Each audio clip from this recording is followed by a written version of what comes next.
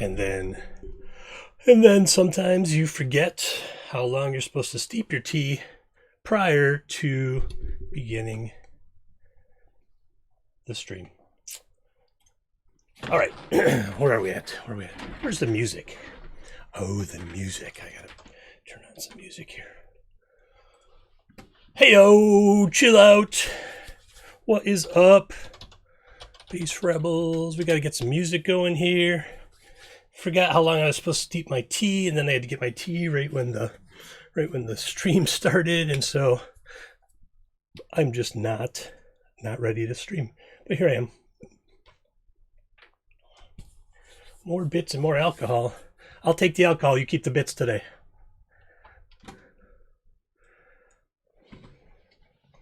All right, let's see here. Ooh, my mic's really loud today. I'm gonna turn myself down a little. Where is, oh, I gotta send it to VB. All right, 1 second. Just getting the music set up here. You do not want me to sing at all. There are not enough bits in the world. Well, ooh, what? You're not ready to watch. Oh yeah, it's fine. Yeah, mentally prepare yourself. Have a shot. That'll help. My tea is just too damn hot to even drink right now. So, Father J, you got one of these? You got one of these?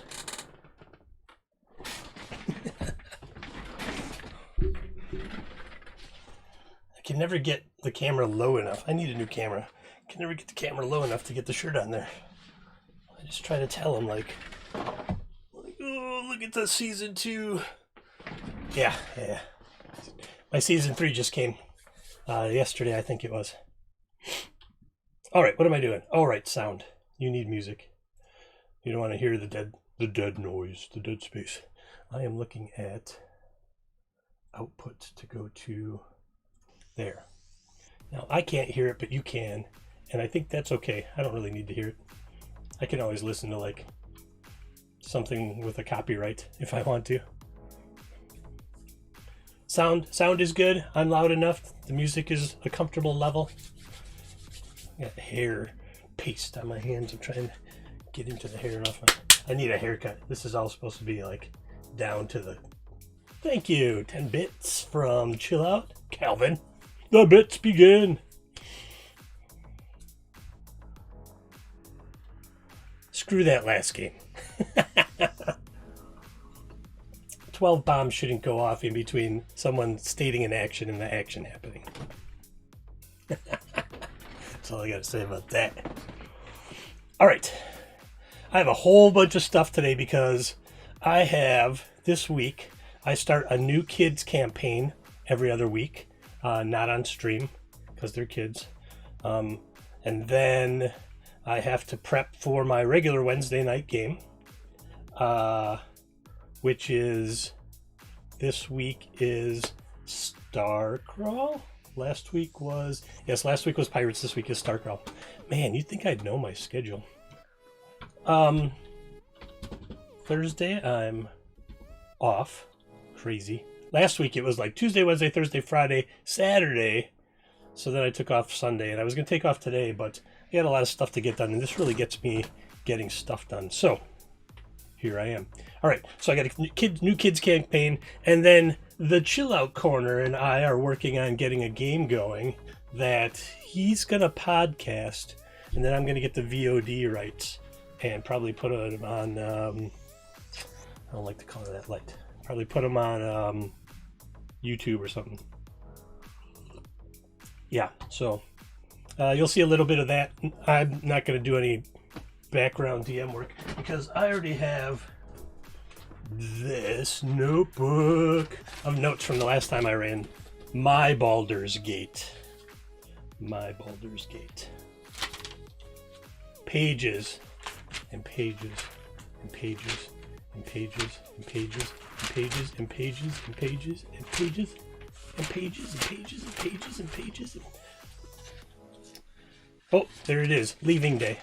That was when they left. And then they moved on. You'll probably be there just as long as they were. Oh, I got to keep this on. I got to make a map of... Well, if we're going to do ancestry and culture instead of races, you should look at that list that I put in the chat. As a matter of fact, I'm going to jump in a Discord here. One moment. On the public server, you can jump into DM Prep Time chat. And you won't be on the stream, but I'll be able to hear you. Because I have the... Dude! Bert! How you hanging in there, buddy? It's good to see you. Well, virtually, anyway. I hope things are going well with you. Just feeding my dog. He says, just feeding my dog.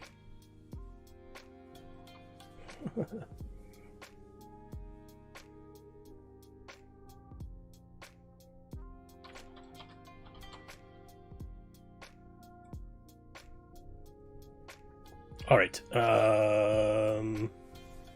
See, this is what the music is for, is when I totally get lost in something. Oh, yes! Congratulations, Bert. Good job. Wish I could get some of that work. I'm going to apply for a digital editor position at the local NPR station here in Milwaukee because it's part of the university system, and I have 2 years of seniority, a little over 2 years of seniority with the state, which gets me bonus points on my application. And I'm qualified to do it. I don't know if I'll get it, and do I want a 40-hour-a-week office job? I kind of like the life I have. I just wish it paid the bills. Yeah, I'm gonna. Okay, so the first thing I have to do, because I always scramble to market this show. It's typical me where I'm just like, I'm not ready. And then I throw a bunch of stuff out on Twitter and a couple Facebook and like a couple Discord channels. I'm going to make a marketing image for this show, right? So, I mean, that seems like a legit thing to do. Okay, so I know what I want. I just have to pick out some images for it. You cannot see that image. That's good. Okay, fine.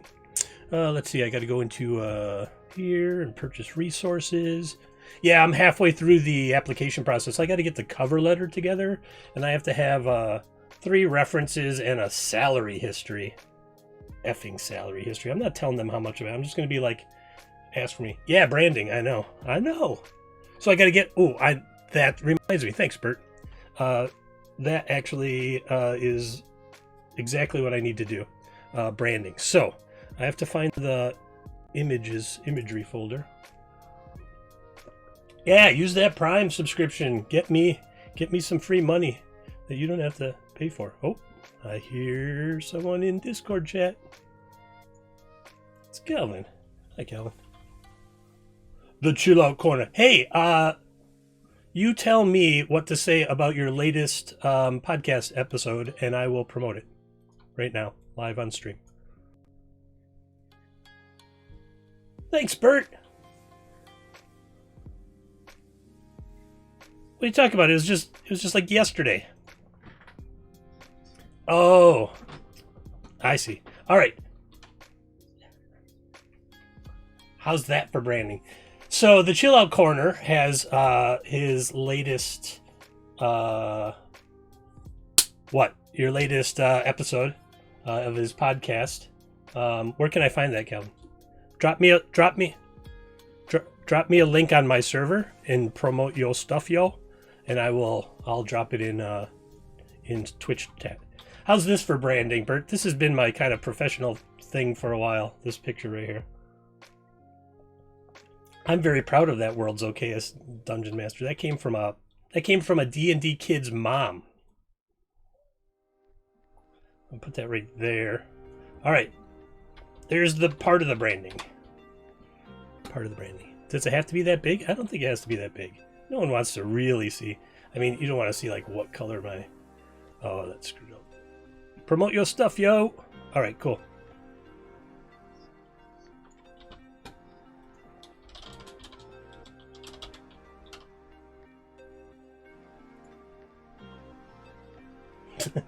Yes.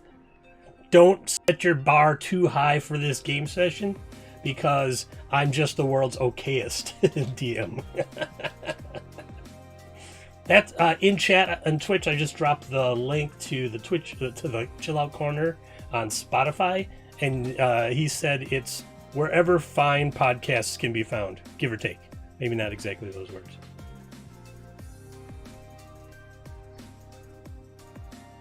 Why isn't that?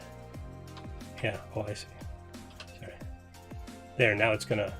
I was wondering why it wasn't... Okay, there. That's a better size. So this image is 1920 by 1080, so I can drop it into Twitch, Twitch channels and stuff as an ad. All right, now I know what I want for a background. So, the Chill Out Corner is going to be in this game that I'm going to do some work for later today. But there's no spoilers. There's no spoilers. You don't have to leave the stream or anything. And we're starting up a new D&D 5e campaign. He's gonna record and do like 2 hours, and you chop it up into an hour per session or something. And then after that is published, like a couple weeks, we haven't discussed the specifics. I'll also have video recorded it through Zoom and whatnot, or I don't know, we'll figure it out. And I'll just do it through OBS, because then I can do a whole overlay and stuff. Thinking. And then I'll probably publish it on my YouTube channel. Technically, the Two Old Guys Games YouTube channel. My YouTube channel is all softcore porn, and no, it's not. It's not.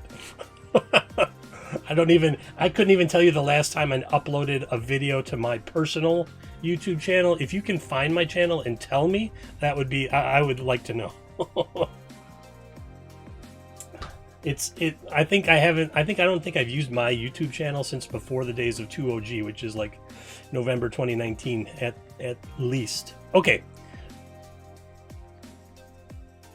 2OG? Yeah, we started in November. Subscribe to my OnlyFans.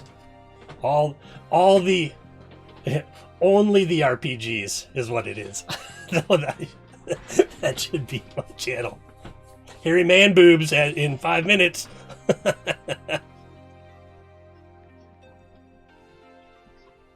Oh yeah, the Chill Out Corner does have an After Dark episode. You have more than one? Mm-hmm. There are some After Dark episodes. They are not safe for work or some small children, and maybe not pets. So be aware. Be aware. But he puts a warning on them when he does one of them, right? I'm pretty sure I saw the one. The last one was about sex workers, right? Some pretty deep stuff to get into, man.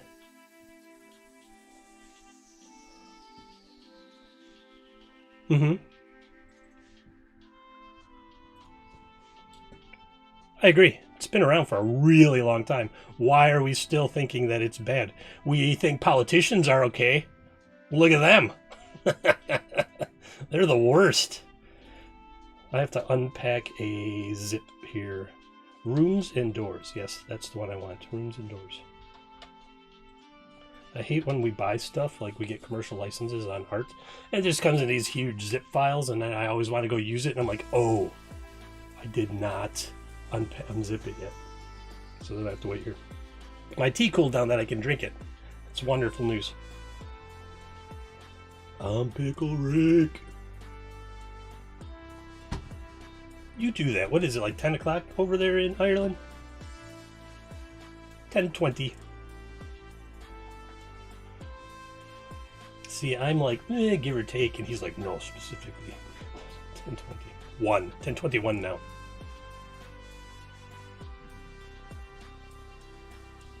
Nice. That's a good one. He said he can, there's a difference between sex workers and politicians. He can respect sex workers. Is that a great mug? Hey, Thaco, haven't seen you in a while. Welcome back. Thaco and I share a very special thing here in that we're Pickle Ricks. Pickle Ricks! Recovering from the COVID? Man, lots of people getting that thing right now. I told you my Yelp review was don't get it. It sucked. Worst virus ever. I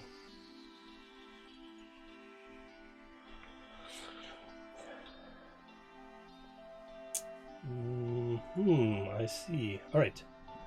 Okay, so I want a pre-made map. Oh yeah, here we go. Alright.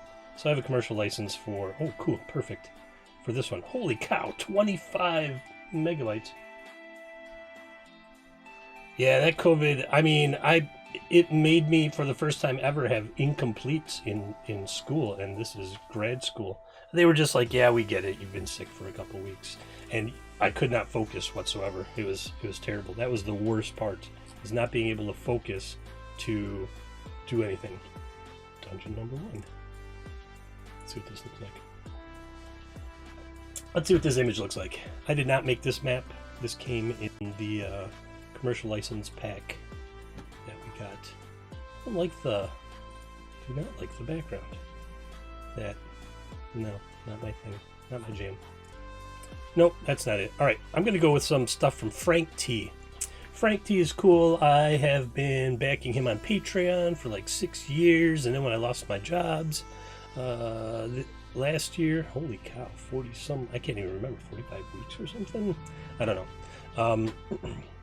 I had to like cut down my monthly. I think Photoshop's gonna crash. Haha, I told you. Oh, that's right. That's right. I remember hearing about that. I think I missed it. Sorry, I missed it, Daco. I don't know how I miss a day-long stream. It's totally on me. How dare I? Okay, so Photoshop crashed. There's a problem with my Windows where sometimes Windows Explorer crashes and it takes whatever program I was using Windows Explorer in out with it. And so now I have to just reload and probably start that image all over again.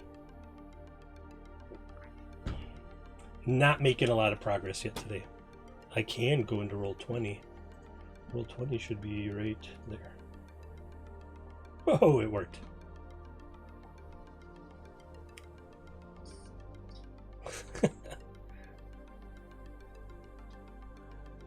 That is fantastic news, Thaco. Congratulations. That makes it all worth it, definitely.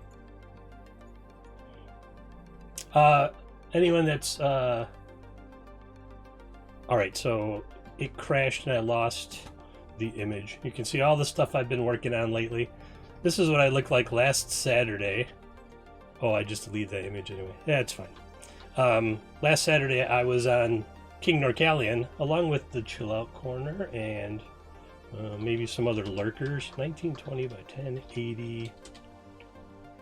Bunch of other people. It was a busy one. You can find that 1920 by 1080 on, I think is it King _ Norcallion on Twitch? I should know this, huh? NorCal. Yep, there it is. The VOD on that session, that roundtable, was right there. Pie in the Face montage video. That sounds fantastic. I'm gonna need to see that. All right. Yes.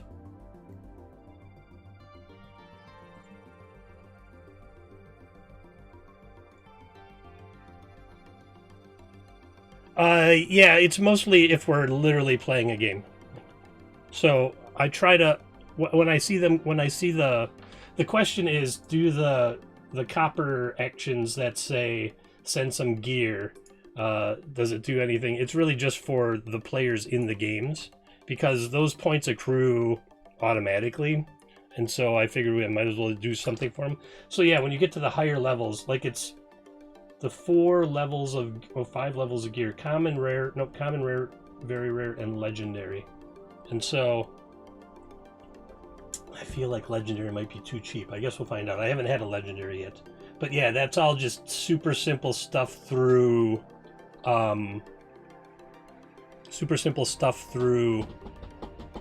Twitch that impacts the game. In like basically the way I use it is, if they're about to get some stuff, some treasure or something, it bumps up what I would give them an extra level.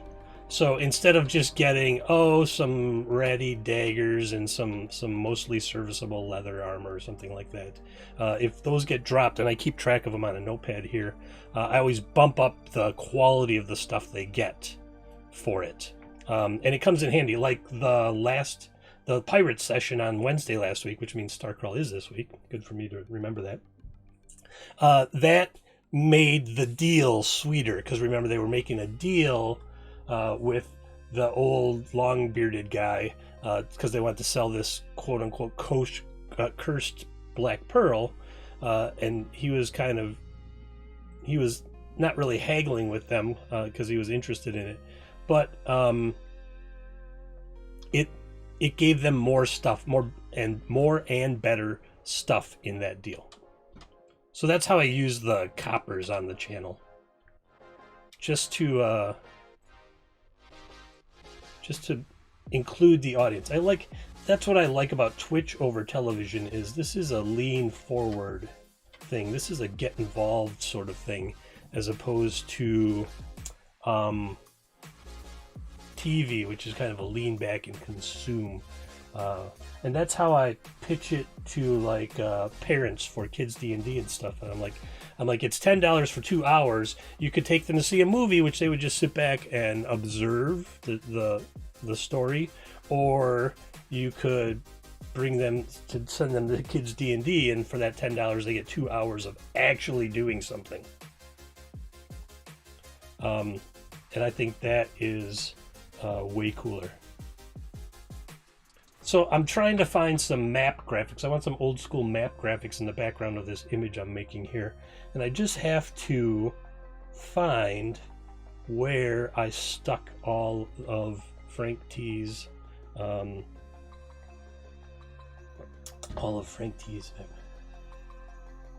talk on my phone when the movie sucks. But if you think it sucks and people around you don't think it sucks, then what? Calvin says, then you're a prick. I mean, it is Father J, so. Parchment. Ooh. What if I'm just going to do this. I'm just going to open this up.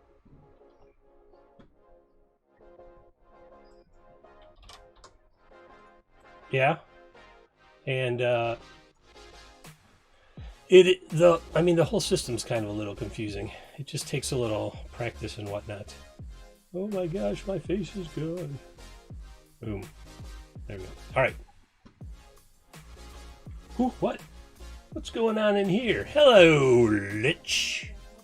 Welcome to Monsters, Maps, and Me. I've decided I need to make a promo image for Monsters, Maps, and Me, and so I'm going to do that right now. As a matter of fact, that's what's going on here. Monsters, Maps. Hey, look at the shirt I got on, though. All right, what the hell was the name of the...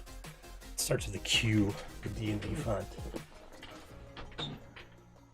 Yeah, Calvin's hanging out in my Discord DM prep chat.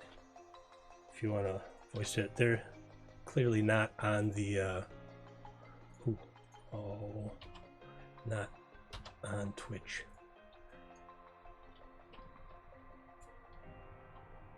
Yeah, my season 3 came in the other day too. Monsters, Maps, and Me. All right.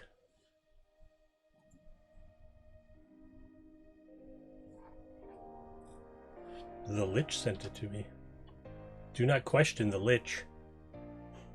There it is.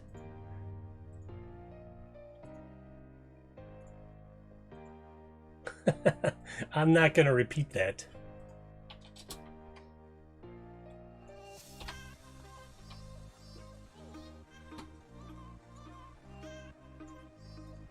Yeah, I know exactly what you're talking about. It's not the first time. That's why I'm the heel, because it happens every once in a while. Yes, see, I like this now. We're getting there. Oh, I'm getting the old school vibe. Monsters, Map, and Me. I need to subtitle it because people are going to be like, "What is that all about?" Because you know they're people.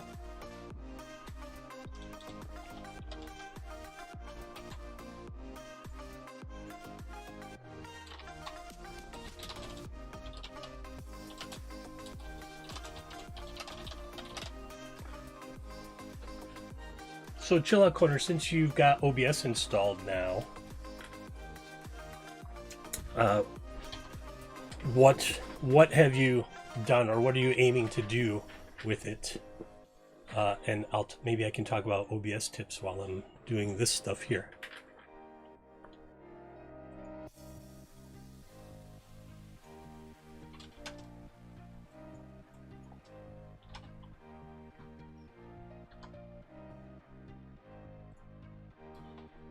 Yeah.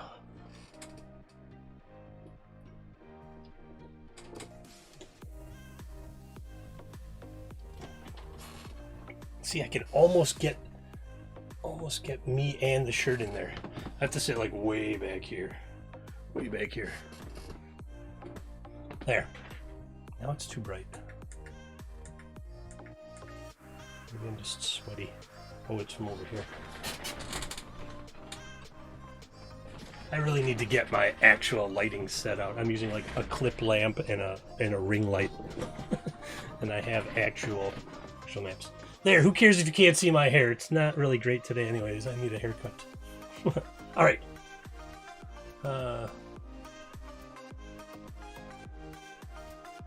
When'd you get the gelatinous cube? 2 ring lights. The LED bulb in that clip light is really bright. Oh, you made it last night. Nice. Nice. Good on you. I like it. See, now this image is way too big. It's not. I mean, I can put more information on, like, whoa, like Lorem Ipsum it up. Monday and Friday. Yeah, the spacing on the font is off. It should be set to auto.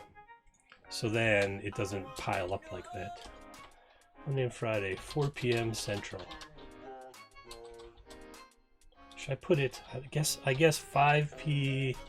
Eastern. 5, 4, 3, 2 p. Pacific. I always have to do the math in my head. I think Lorem Ipsum is perfect because sometimes when I'm doing layout, I just want to see how the words are going to flow, even if I haven't like finished the writing for it and stuff. So even in like InDesign, you can just populate text boxes with it. Bloop, bloop, bloop, and it's pretty great. Monday and Friday, 5 p.m. Eastern, 2%. Now I feel like this is why I haven't had an image for it, because I was just like, I'm going to do it at 3 or I'm going to do it at 4. But Twitch says have a schedule so people know when you're going to be streaming. So I said, yes, Twitch. No, but it sure does help for people to know when you're probably going to be on. So they know, when they pop in and say hi. I don't dig the way this font up here looks. I know it's old school and it's supposed to be a little janky. Nope, that is not what I wanted. I'm just screwing with stuff. Yeah, that happens pretty easily. Breaking OBS.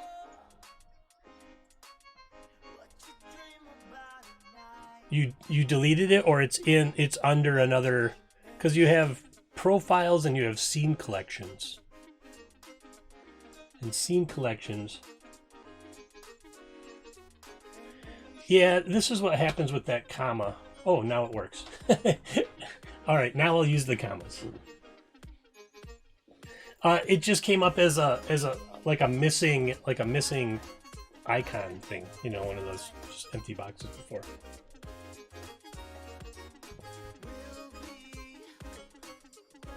No, that's the Oxford comma. I'm leaving that shit in there.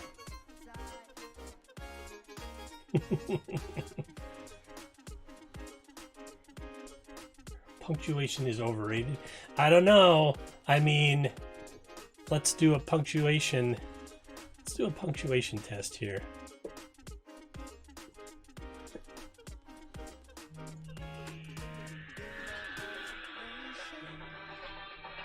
I don't know who this is calling me. Hold on.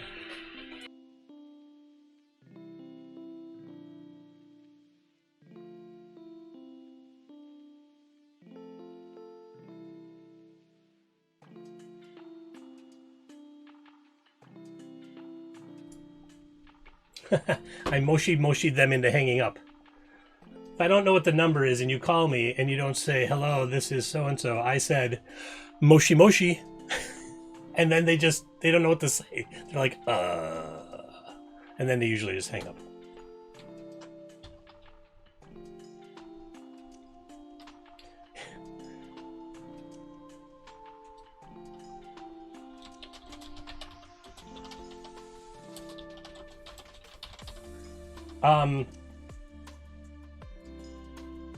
Yes, the extended warranty on my car from 1997, Thaco.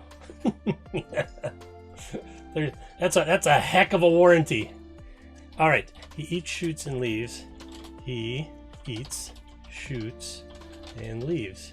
Now the question is, in these sentences, what is he eating? In the first one, yes, he's eating. He kind of sounds like he's eating bamboo. Shoots and leaves, but it's really he eats, comma, and then he shoots something, comma, and then he leaves. That's actually the title of a grammar book. Eats, shoots, and leaves.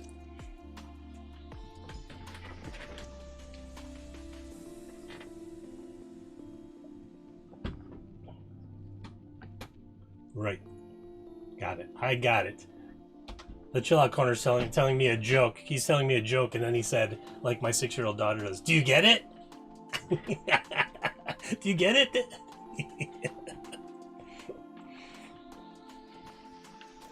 When you were 6? I'm kidding. I'm just giving you a guff. I don't need that right now. This is a very uninspired sort of image so far. It's not. It looks really dry. All right, let's add some pep. No, I'm not putting an image of Chill Out Corner on there. No. I suppose what I could do is throw in a bunch of maps that I've worked on in previous sessions. I have a bunch here somewhere.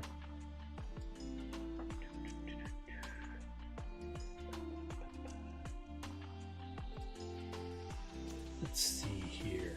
Where did I put them? Oh, I'm going to use one of these. Like, this is going to go on there.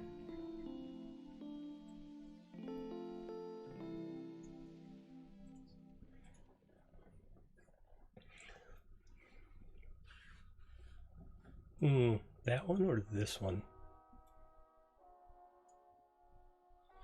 Nah, this one? These are dead stamps that I made. It's just a statue, you said there. Well, you were wrong. It's going to go underneath the text. It's going to go underneath everything, and then it's going to be 75%.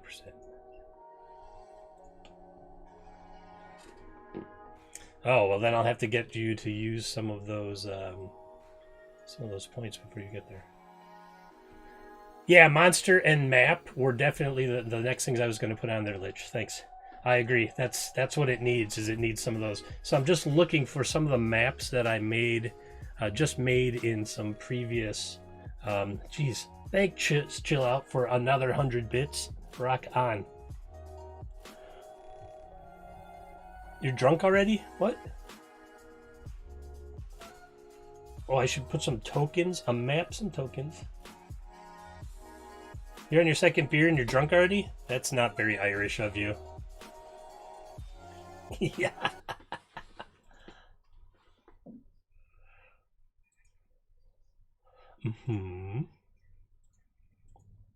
Finished a bottle of whiskey. A whole bottle? Wait a minute. Half a bottle. Sheesh. I'd be sleeping already.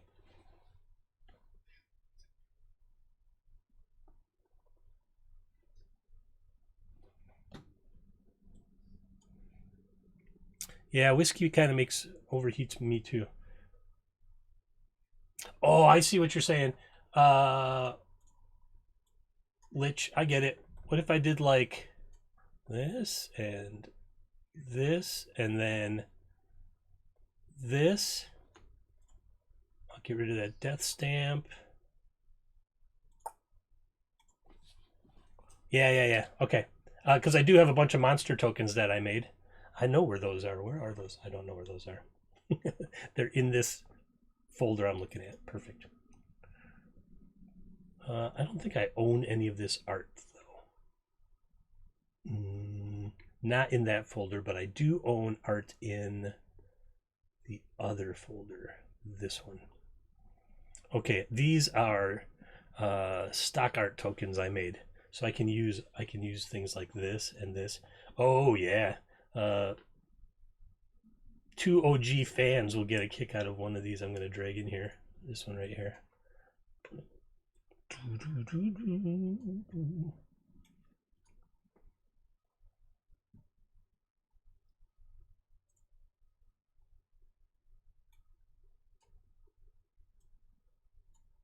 These are some images that I used in Ziggurat of the Mega Maiden.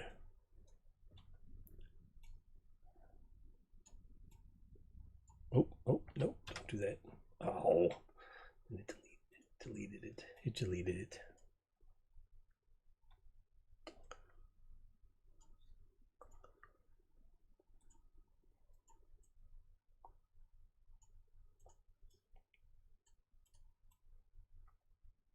Covered my face? Oh, with another window.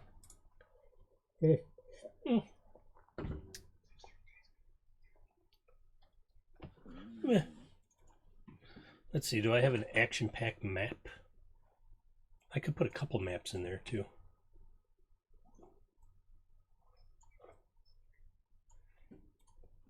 Chill Out Corner says I should put I'm just screwing around with these maps to see which one looks best. Chill Out Corner says I should put a picture of him under monsters. Whoa.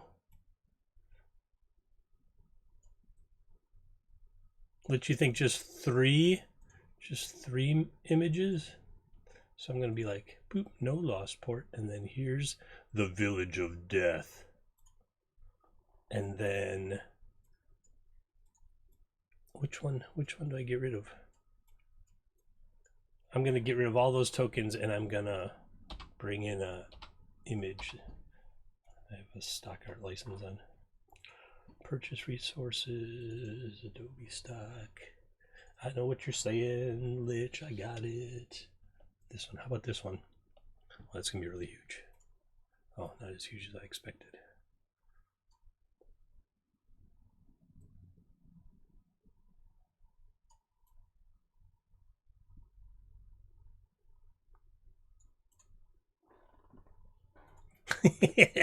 I figured you would appreciate that image. Then I can just make them all a little smaller.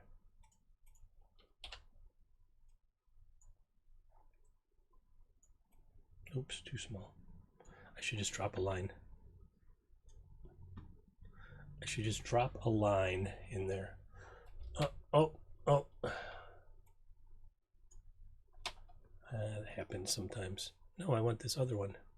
Oh no. All right, just close that one. Yes. No. Oh no! No! Oh. See if I can. Can I?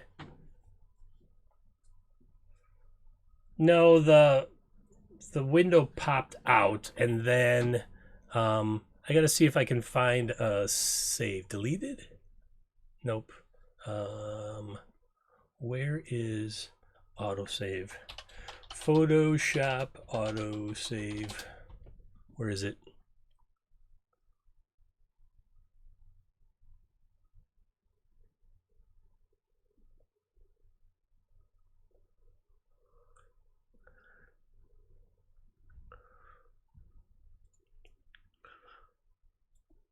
App data. Okay. It's in app data, it says. All right, let's see if I can find it here. Here, look at this for a minute. No, not Photoshop. Oh, I see what's going on. Here, look at that for a minute. There, something TPK. There you go. I need to go to my files, which are stored there.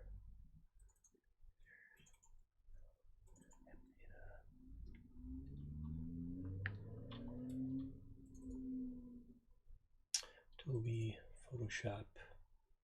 Where is it? Where is it? Ah, forget it. Forget it. I'm just gonna restart.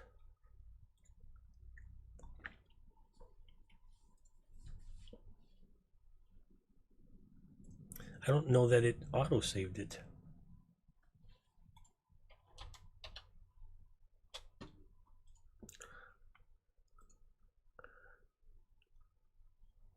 Auto recover.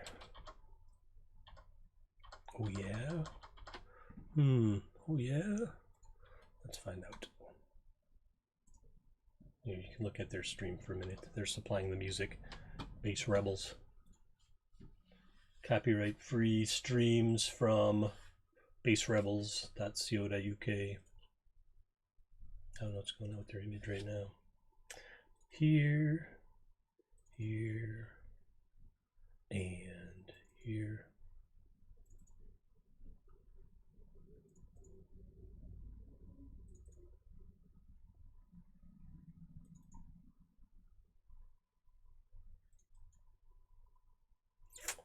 It's not auto-recovering there, so where is it auto-recovering? Where is it auto-recovering? This is me, I'm pretty sure it's me. Is this me, maybe? Oh, I bet it's this one. Local roaming, Adobe, Photoshop.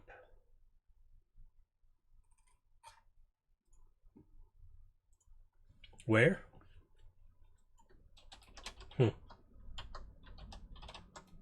I mean, it's not really. Chill Out Corner says there's a bar named Chill Out Corner, or a lounge named Chill Out Corner in I don't know what's going on with that music. I don't really care.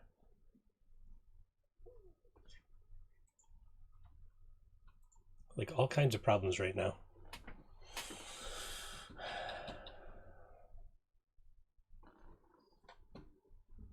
No, it wasn't an OBS problem. It was a everything else problem. All right, now the music's back. Okay, the music's back, and Adobe is back. That is right. Adobe right there. Yeah. So let's start. I'm going to start with the images this time. Like I was saying, if I'm using Windows Explorer in an app, it sometimes takes the app down with it. Sometimes it does a full crash, and sometimes it just does like a partial crash. And that was like a weird partial crash.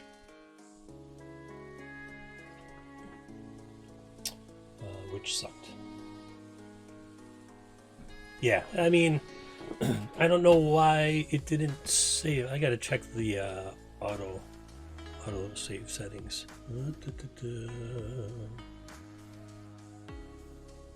Preferences. It's under Scratch Disks. It might be under General. General.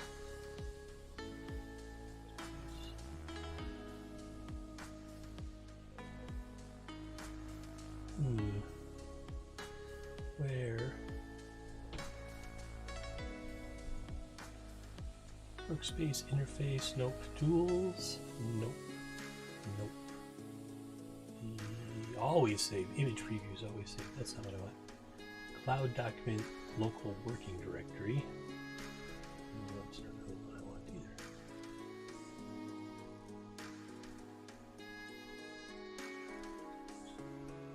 either. Oh well. Alright. Do it all from scratch again. Where's that parchment? Parchment.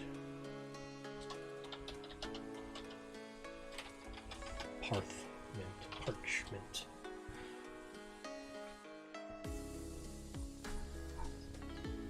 Not an extremely productive session so far. That's alright. Yeah.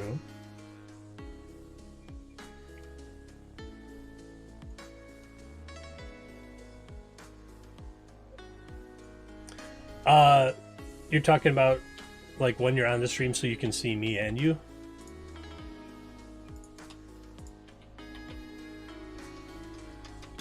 I think the thing that Norcalian does is that he just does a window capture of Zoom. I do I do multiple captures of Zoom so I do multiple window captures from Zoom, and then I shrink down to a specific person. And then I do there's two things. Filters are your friend. They're the two that I use for here. I'll show you. If you watch this stream right now, I'll go to my camera and filters. So there's this crop pad filter, and basically what it does is you can tell it how many pixels you don't want to see on the borders, right? So like if I type in 200 for the bottom, you see how it kind of cut me down to this window. Okay, so that's crop pad. So what I'll do is I'll put that one on from the whole Zoom window to shrink down to one person's video feed, and then I put on this token mask sometimes for round ones. So when we played Boot Hill on Friday, everybody was in basically bullet chambers in a revolver, and so I made them round, so you can see like. Can see it's just round. So then I could put and that's just an image mask. It's just a black and white image that it lays over it and decides where what it's going to show and what it's going to cut out. So if I turn it off, you can see what it looks like, and then when I turn it on, so it looks like that. All right, lurking lich, beware. I'm gonna get this done. Doing two things at once here. All right, now I need to find I know where that is. It's in purchase resources here. Here is the image.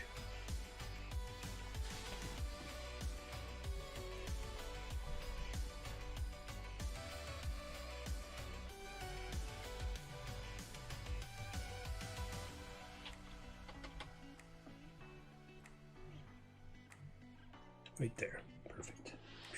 And then I'm going to put that one behind.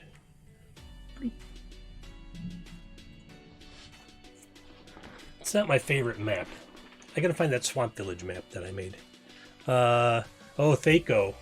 That map I started in Incarnate. I kind of finished it in one of my last DM prep sessions. I got a bunch of stuff done already, and then I was like, I'll just work on this map that I started.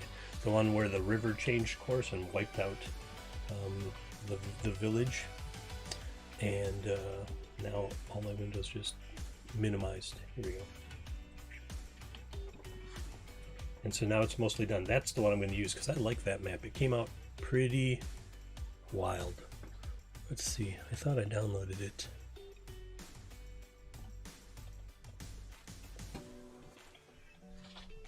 It might be in streaming.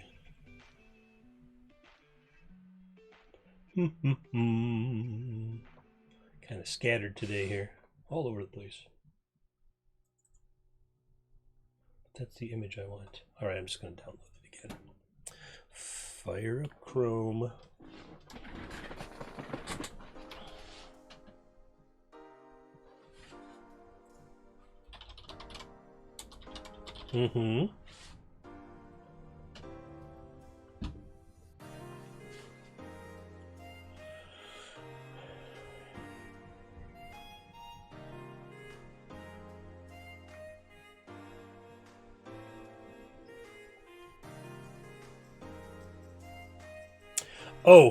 Hold down Alt. So if you don't have the item in OBS locked, you can hold down Alt and then just drag one of the sides, or you can drag the corner.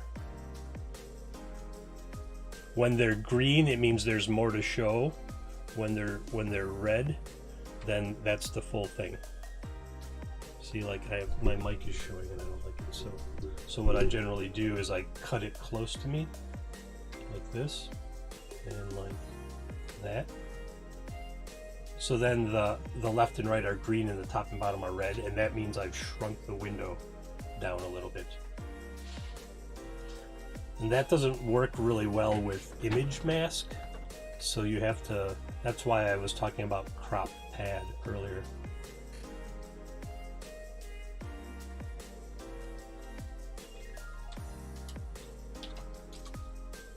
Oh, sure.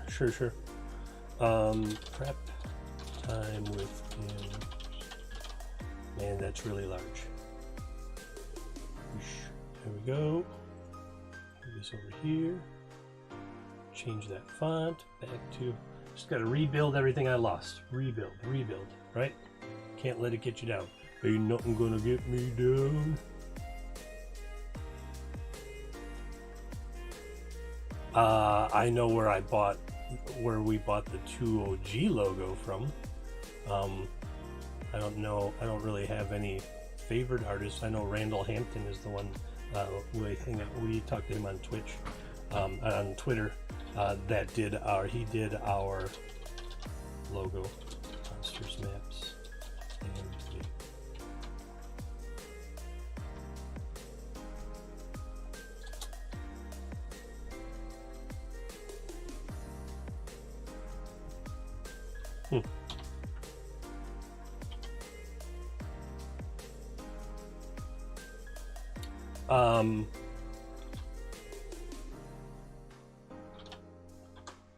yeah.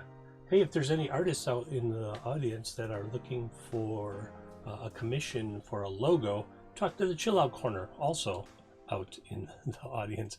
All right, where did that go? Where did that, see, Monsters, Maps, and Me. I did that in the wrong order. What I did was I made the font really large, and then the whole thing disappeared. When what I should have done was gone into the text box first and made the text box really large. Why isn't that showing it now?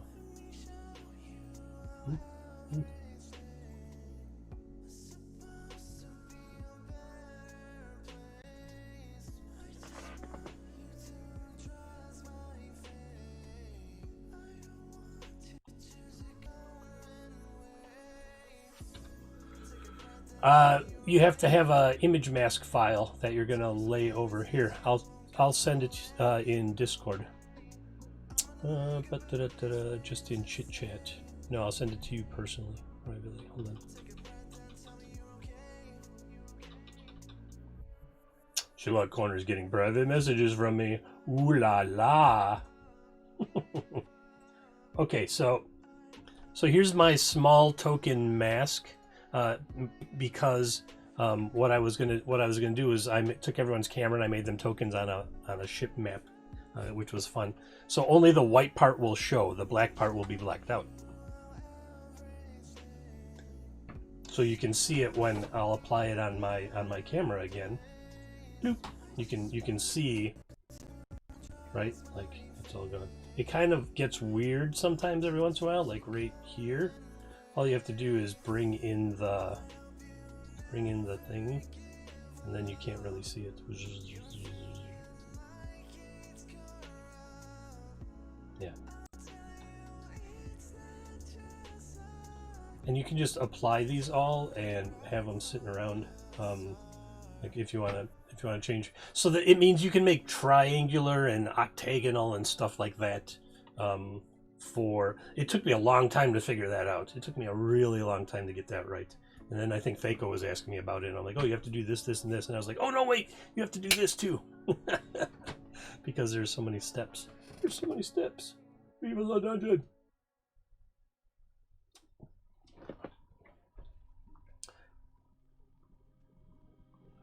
That's the crop pad part. You need that crop pad on there. To get everything to only square down to the thing you want to apply the circle to, is what it comes down to. No, that's too big.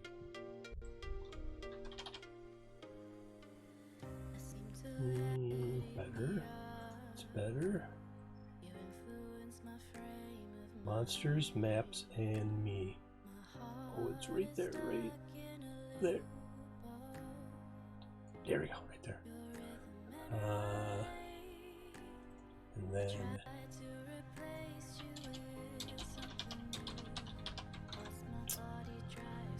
line spacing is jacked up again. Boom, fixed. All right. Monday, Friday, 5 p.m. Eastern.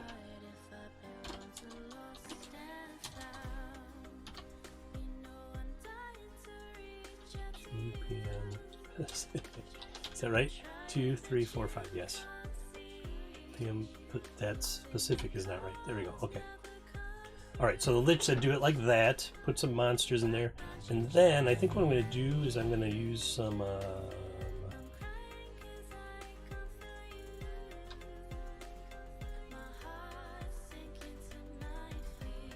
Select all of that layer. Yep. And then I'm gonna.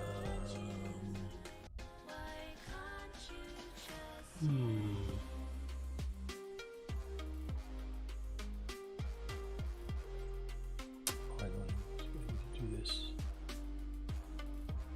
All right. Now I should be able to.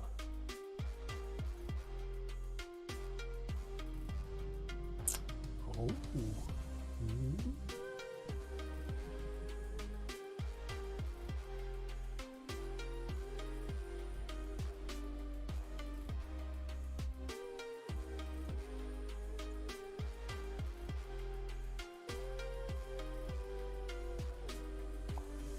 Not what I want.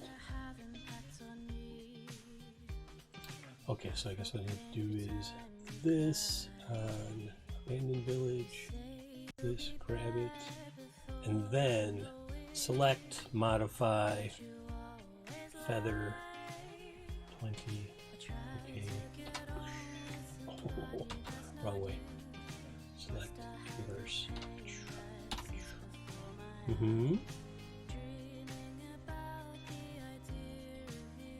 Okay, so you applied, so you put crop pad on, so you had just a square. Okay, and then you put that image mask on.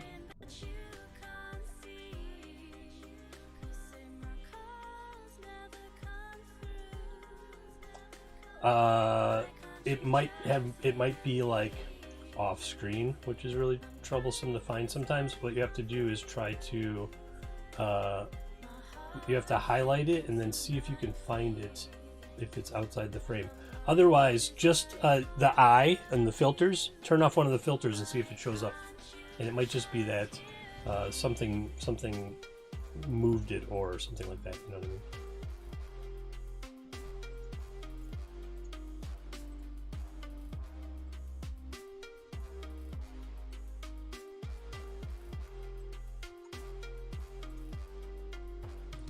Select, modify feather, 20, inverse,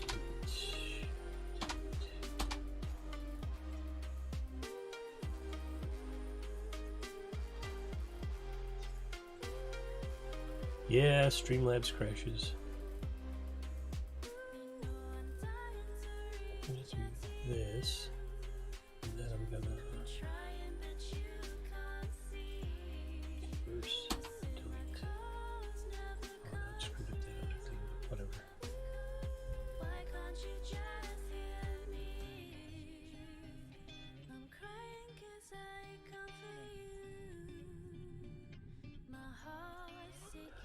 All right, and then finally, me.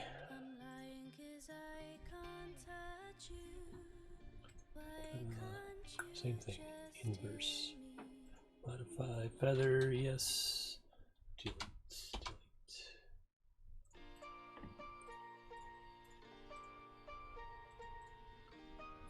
I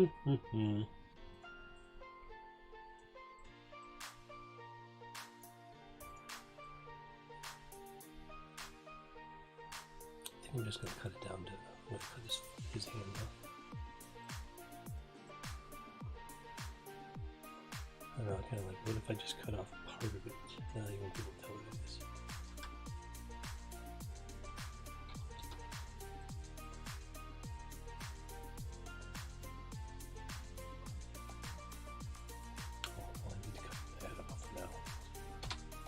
then now I need to do it again. Do this, do this, do that. Select, inverse, modify, feather. Okay, oops. Okay. There we go.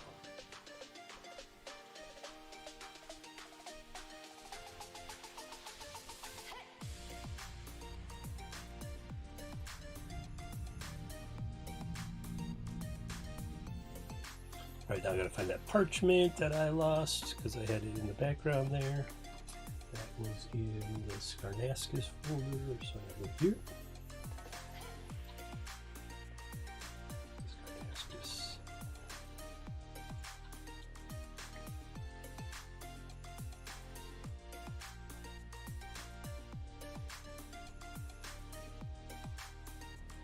Mm-hmm.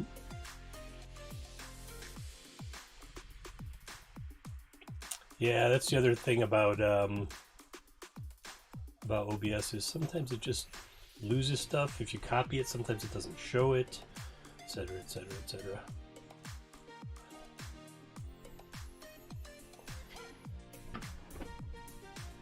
There you go. See?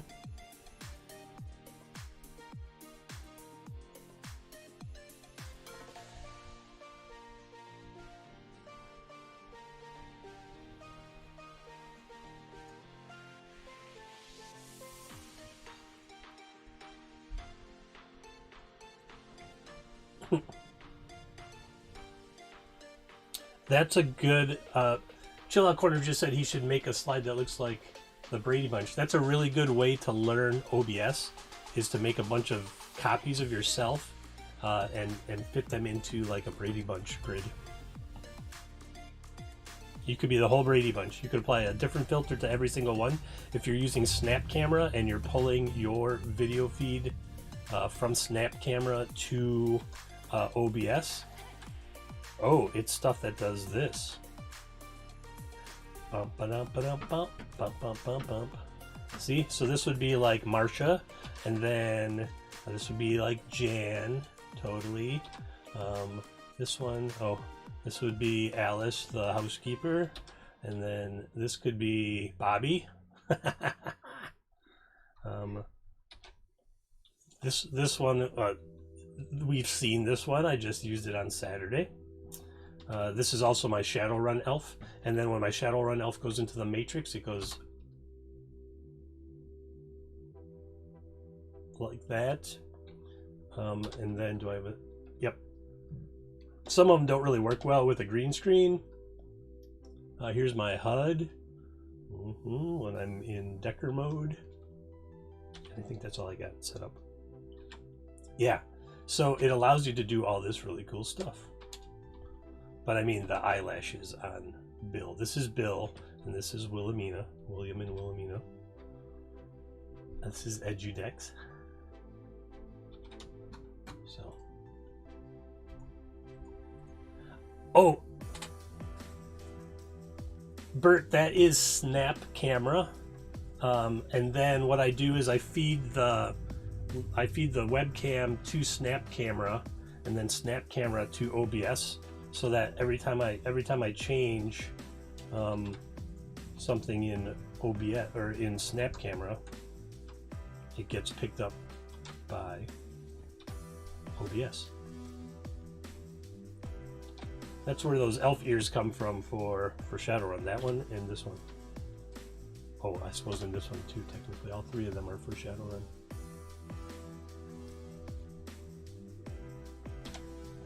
Some of them work really well with the green screen and some of them don't.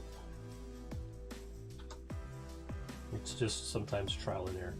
And there's hundreds of them. Like, I have a whole bunch more. This is one of my favorites. Like, da da da da da. Ha ha! Ready? Ready? There's that one. I think you saw this one. This is my Max Headroom background. Howdy, Pilgrim. You could be a cowboy too. Yeehaw! Absolutely. You can be like Skyrim Viking or something. Dragonborn. Power up to my final form. This one's kind of scary right here. Yeah, that was pretty bad. This one with my long pink locks. Oh, look at my hair, it's perfect. This one just turns your hair a little red. Gonna be a bit of a ginger. Woo-hoo. Time to have some fun as a tiefling. Some of them are silly. Meow. And there's always new ones coming, and I don't even know what some of them do. Like, what's that one do?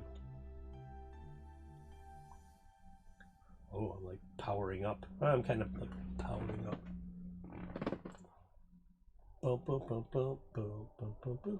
See, that's the Snap Camera logo right there. Oh man, yes. How cool is this? I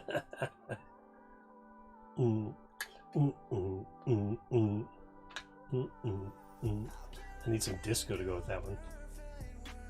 But yeah, there's literally hundreds of them. Some are really stupid. Some are downright scary. Huh? DJ Rust. What? What's this one? Whoa! I'm a holographic hippo. Amazing. This is going to totally show up. It's going to show up in Starcrawl. Totally. This one is like magic skulls. I don't know what's going on there. I don't know. Silly. Holographic hippo! Another 100 bits from the chill out corner. Thank you very much. Thank you very much. Yeah, you should give somebody else some of those bits. Look at this! This one is really weird. Wow. Jar Jar! Yum yum! Misa, think you look like Jar Jar!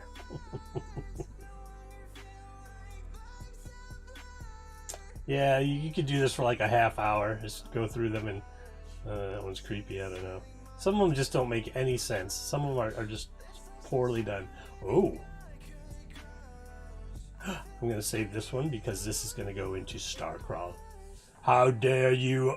How dare you disturb the polyhedron of patience? Oh, and it works on Mac. Cool. Good to know, Bert. This one's super creepy, too. Oh, that's not the one I thought it was.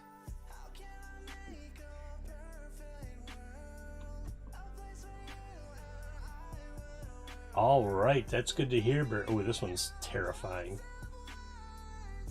Medbot Alpha 7342 at your service. Do you want me to inject you with something that will help you? I promise. This will help. This will help.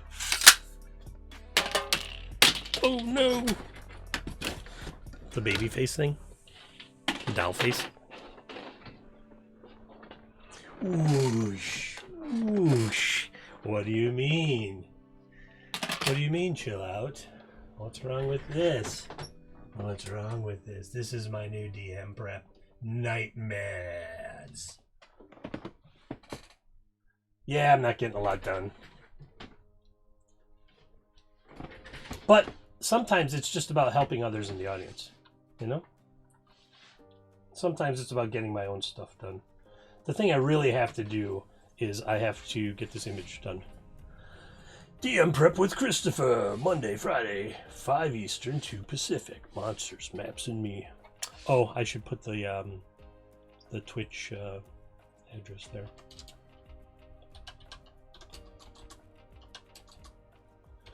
Twitch.tv/alltherpg. See, my daughter is gone. She went over to her mom's today.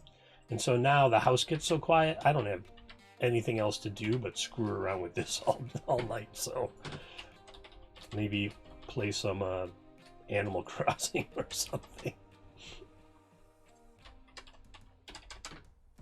Calvin, you play a lot of video games? Like, what kind? I feel like it's weird. Calvin, are you okay if I put you on the Twitch stream? Your voice? Yeah, alright, okay. I think what I'm gonna do... is... Oh, monitor audio. Boom, right there. Calvin, say something. Oh, it's really quiet. Try that again. Why is it so quiet? this. Okay. Gent. That's chill out. Oh, duh. That's okay. me. That's him. There you are. Now you're gonna like hear your voice echo. No, I have the stream muted. Oh, okay. All right, there you go. Okay, now people can hear the questions that are coming from the chill out corner in my Discord DM prep time voice chat. If you want to pop in there, I should put a. I have a thing right here for Discord. Like, Okay, so I have Snap Camera now. yeah, Snap Camera. How do I link it to my thing? You put it in between your. You put it in between your camera. And OBS. So the camera gets fed to SnapCam. SnapCam feeds to OBS. See what I'm saying? You picking up what I'm putting down there? Mm-hmm.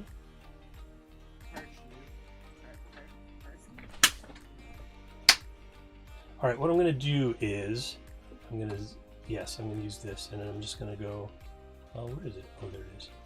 Oh, it's locked. Cool. So I can just like, oh, hey, look, there's DM Thaco's channel. Here, if you join the DM Prep Time, there you go. If you join DM Prep Time on 2OG,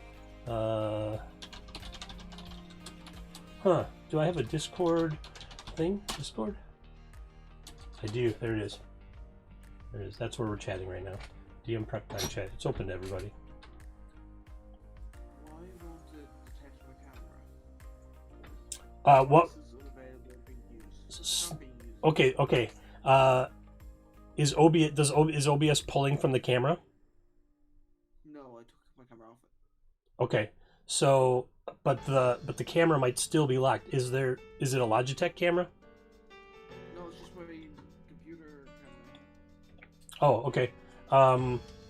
It's entirely possible that that software is still locking the video camera to it, which is why Snap can't get it. The weird thing about OBS is there's no save button. Just wherever you are in OBS, you can close and then reopen it, and it'll be right there, usually. Unless you're DM Thaco, who I think lost like a whole set of scenes he had set up for an Xcrawl game or something, which really sucked. OBS is quirky sometimes like that. Oh, hey, our acting Homeland Security chief, who's illegally in the position, is stepping down. Shocking. I turned off OBS and it's still saying the camera being used. Okay. And the camera's coming up and choose your camera. It says it's there. Right. What else do you have running right now? And I have Spotify. I have Discord. My camera's not on Discord. I have the stream open and I have nothing else. Weird.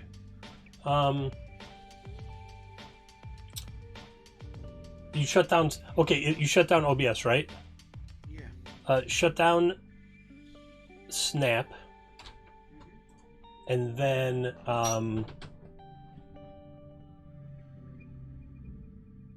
it could be go into your video and voice settings for Discord. It might be there, even though it's not on. Sometimes it locks it.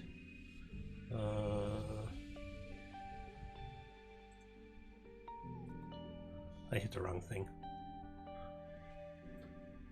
It's a juggling act. You're trying to inject Snap So in between everything else. Snap camera on my Discord. That's not.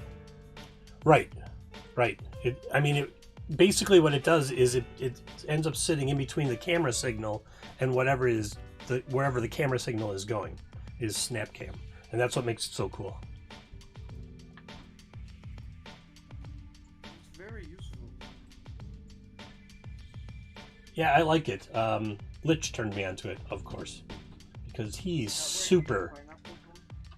That's where Pineapple comes from. Yep. That's where most of the characters come from, except for, well, I think the single eye on DJ Cyclops on Xcrawl, but the hair is actually a wig. I'm just going to save this image. I think this will work for now. Yeah, I've seen him put the wig on. All right, save as. Gotta go into streaming. All the RPGs, new folder, DM prep. Oh, it probably should have gone into market. That's okay. Right there, it's fine. Save that. And I can get moving on doing some actual stuff. So what I really have to do today, because on Wednesday I started a new kids bi-weekly campaign through startplaying.games. My link is down on the lower part of the stream, the Twitch stream. Is I have to get the Roll20 thing set up, and I have to import one of their characters. So I have to do that after I do this. DM prep time. There we go. All right, exported that. That can be closed.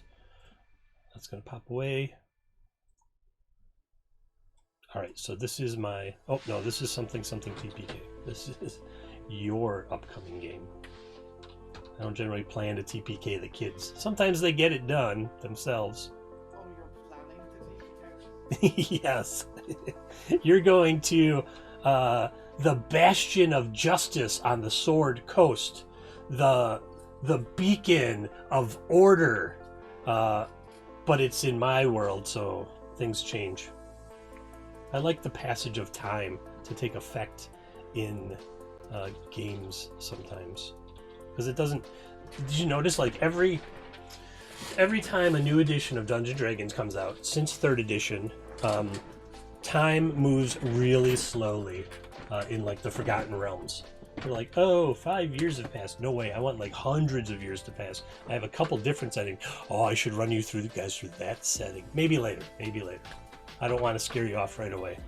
My other setting for Forgotten Realms is really grim, dark, post-apocalyptic type setting, and it's pretty brutal.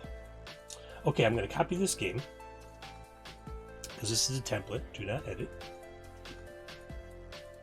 And get rid of that. I don't need the players and player settings. The pages, the text, the chat log.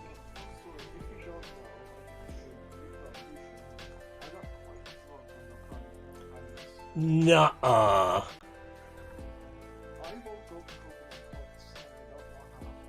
Because you were probably flipping that silly knife around.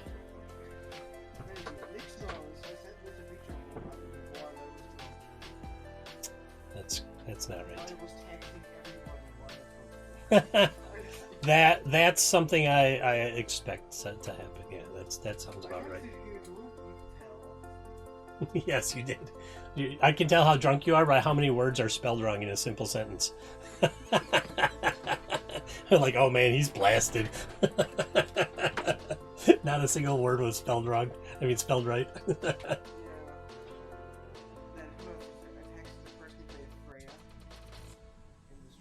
Oh. They're going to be on the podcast. Oh, good job.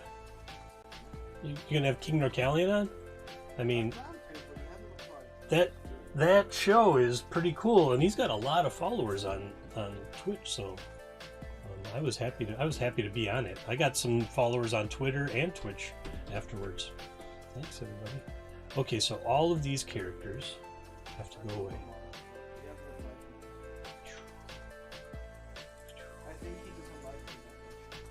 Why do you say that? Well, I wouldn't go that far. You're like slightly off-putting every once in a while.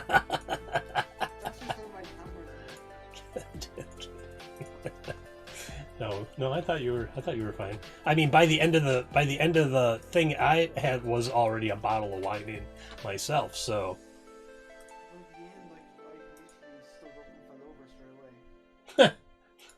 If you remember, part of my green screen fell down. I had to like turn off my camera for a minute. Yeah, I had to turn off my camera for a minute and get it fixed. I didn't even notice that. I was like, oh my god, a portal from another dimension. I have to go take care of this. That's what that was. Yes, the green screen fell down. Because it had caught on the back of the chair and it got like dragged off the frame a little bit. Okay, Use the character mancer. I didn't know they could see the Zoom messages on the stream. That was really embarrassing. They could? I don't recall. Yeah. Yeah. Came up to the bottom of their party and gave us all the soul for it. I don't think I said anything in the Zoom. I did, so essentially I had a bad pair of leather bracers apparently. My arms started sweating. Only one of my arms started sweating. Mm-hmm. So I was like, hey, I'm gonna take off my bracer, is that okay? And then he was like, oh wow, someone doesn't like the gloves. Light. I was this was the first stream, I said, what happens when we have to go to the toilet? That turned up on the stream. All right, that I remember. I think the only thing I put in chat was like I have to go take care of some pixie assassins that are trying to get me because something had happened in the back of the house and I had to go check it out. Yeah, But I think I'm glad I stayed in stream. That's good. That's a good pre-stream thing to have. Like, this is what you. That's why I asked. Like, are you okay with? So you can see I put up who's in DM prep time chat on the stream. But that's why I asked. Like, do you want to be on? Are you okay with being on the stream voice wise? So. For everyone in the audience that doesn't know, I'm talking with the Chill Out Corner, who happened to just pop into chat while I was doing some DM prep time, and we were working on some OBS stuff because OBS is intimidating sometimes. When you first see that thing, you're like, "Whoa!" It took me a fair good. I only started streaming in. It's not that long. It's a couple months only. Oh shit, really? Yeah. Let's see. I already started watching streams at this one. Yeah, I was I wasn't anti Twitch, but everyone that was streaming, it was always like sort of the same thing. Like, oh, you're playing a video game, you're doing this. And I was like, meh. But then I started looking into some other stuff that I wanted to do, and then I ended up getting in touch with the Lich somehow. And then I was like, this is the stuff. These are the things that I want to see on Twitch, like more interactive kind of. I have a game. Oh, hey, look, here's my Twitch channel, everybody. How's that for weird? Oh, look at this. We got like an infinity loop going here. I don't remember when I started. Oh, I'm up to 91 followers, though. That's good. Thanks, everybody. You can see my face on the stream, just lighting up green. It's not great. Where? What? Now? My profile picture is my face. Oh, I see. I need to change that at some point in my life. That All was a right. picture from like 4 years ago, 5 years ago. All right, so I have a PDF. I have an image of one of my new D&D Kid Players character. So I have to import Vensa into Roll20. So, and I'm going to use Character Mancer because it does all the fiddly stuff I don't want to have to deal with. I don't know what kind of tools he wants.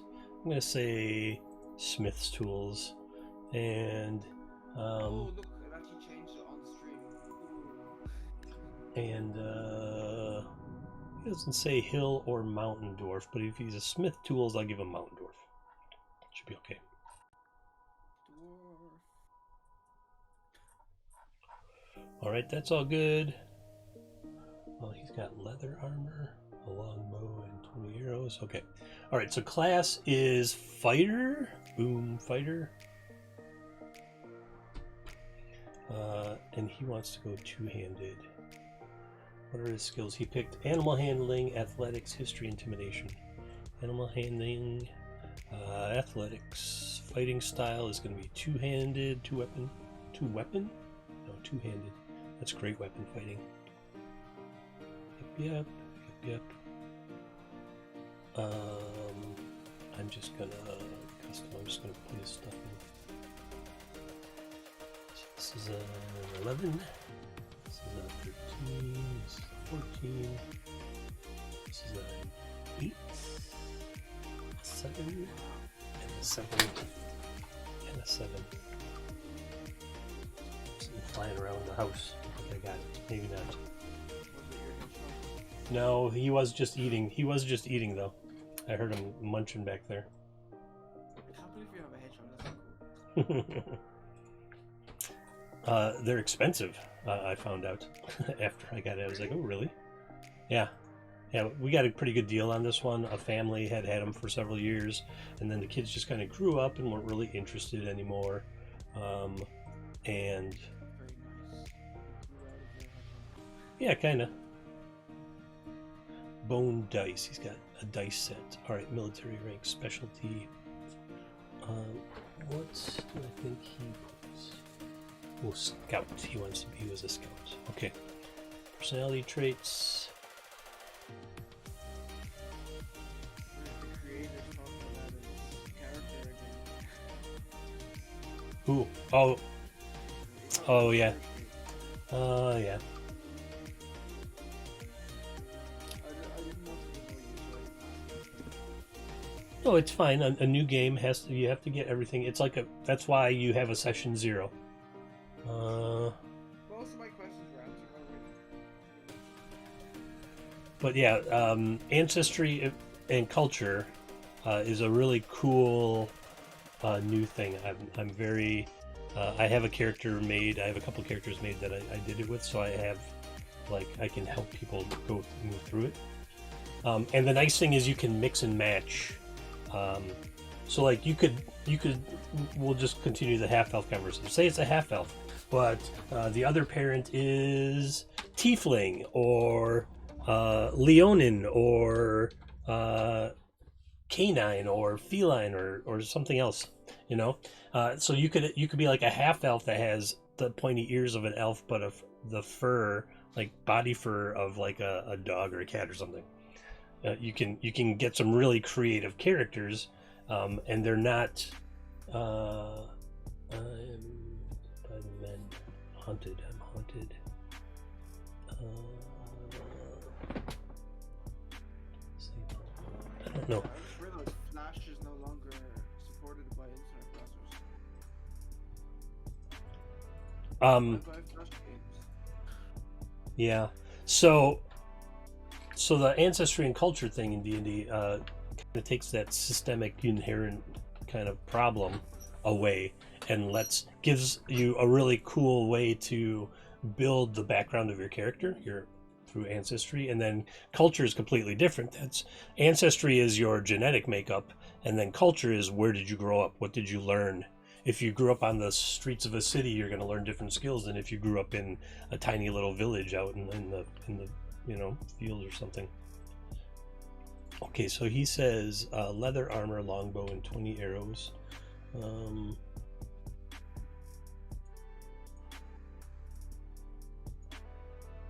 Martial weapon, 2 hand axes. So he takes the 2 hand axes. And then 2 of shield. No, so he says 2 hand axes. So he took 2 hand axes. All right. I'll have to talk to him about that. I'm going to give him he wants to be a 2-weapon, a 2-handed. So I'm going to give him a battle axe and a great axe and a great sword. That's what he's going to get. Doesn't really need a shield then. He took the explorer's pack. He has the bone dice. Well, now he's got 2 sets of dice.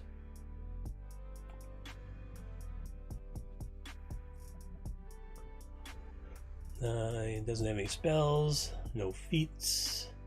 Bio player 1 is now Vensa. And Vensa can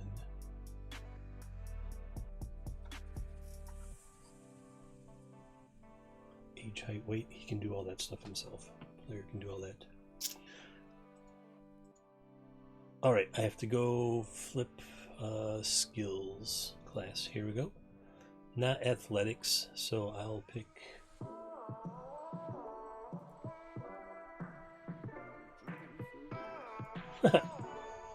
I'm hungry, you get me food. I'm the one doing the work here. I don't have a job. I've been unemployed for 40 some weeks since March 13th last year. I've been unemployed for my life. Well, that's a different story, lad. lad. Chloe, Well, then, go beg your parents. they're asleep.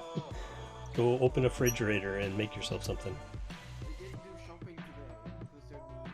Oh, come on. Legit. There's a bottle of water. I sent you a picture. There's a bottle of water in my fridge. And like mystery. That's it. Plus 2 for this thing. Okay, I'm just gonna give him I like it. I enjoy being strong and like breaking things. Look, there's one for you. Background and flaw. His flaw is I'm haunted by the men I can save. Okay, where is that?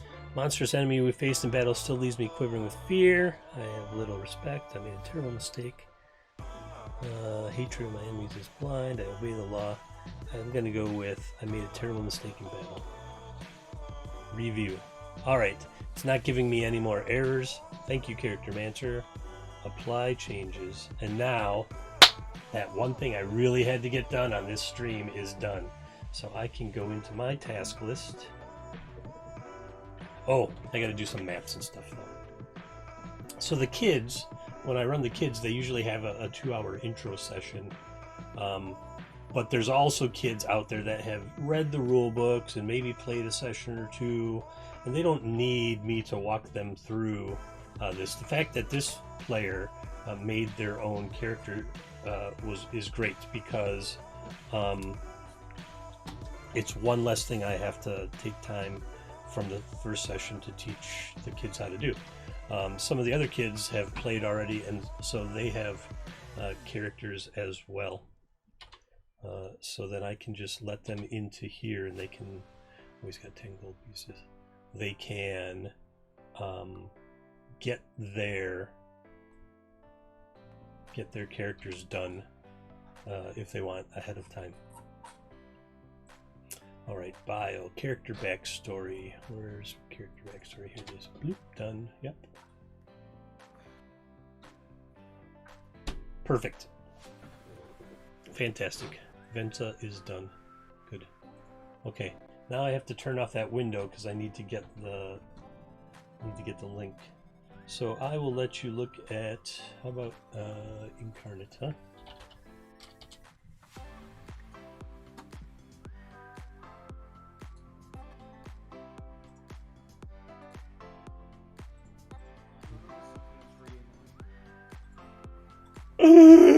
Is it is it that?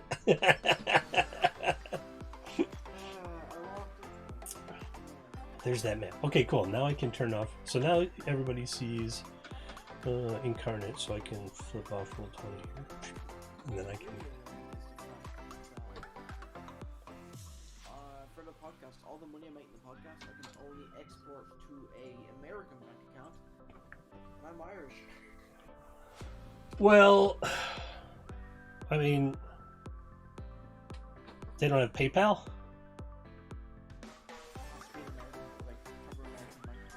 So what are you doing? Just sitting on it all? It's literally just building up here. I mean, it's not much. It's 1 cent for this. Sure. Well, I think I have like $6, Hmm. but that's still money. Right, right. I'm just trying to think how that could be accomplished. Someone, I mean, what platform? What platform is that? That says you can only. Anchor FM. Oh, Anchor. Sure. Yeah. Yep.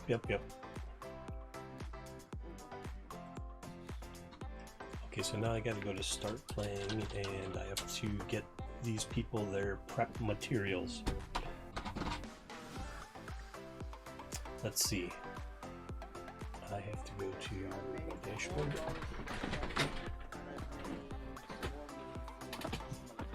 Oh, nice sponsorship. I need a sponsor. I need a DM prep time sponsor. I was hoping Incarnate, since I use Incarnate all the time. It's pretty cool. Anchor sponsors every podcast I set up for. Yeah. It's pretty cool. They have a limit of $15. It's pretty cool. $15 for Anchor. Like they do it like basically the tutorial to teach you how to set up sponsors. Mm-hmm. Okay, I'm gonna put this map up. Let's check our podcast demographics.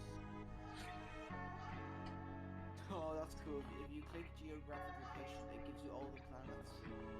Earth 100%. Sponsored by Bad Dragon. Let's see. Oh my god. What the heck is Plexstorm? Hold on. 1% of my viewers are from Pakistan.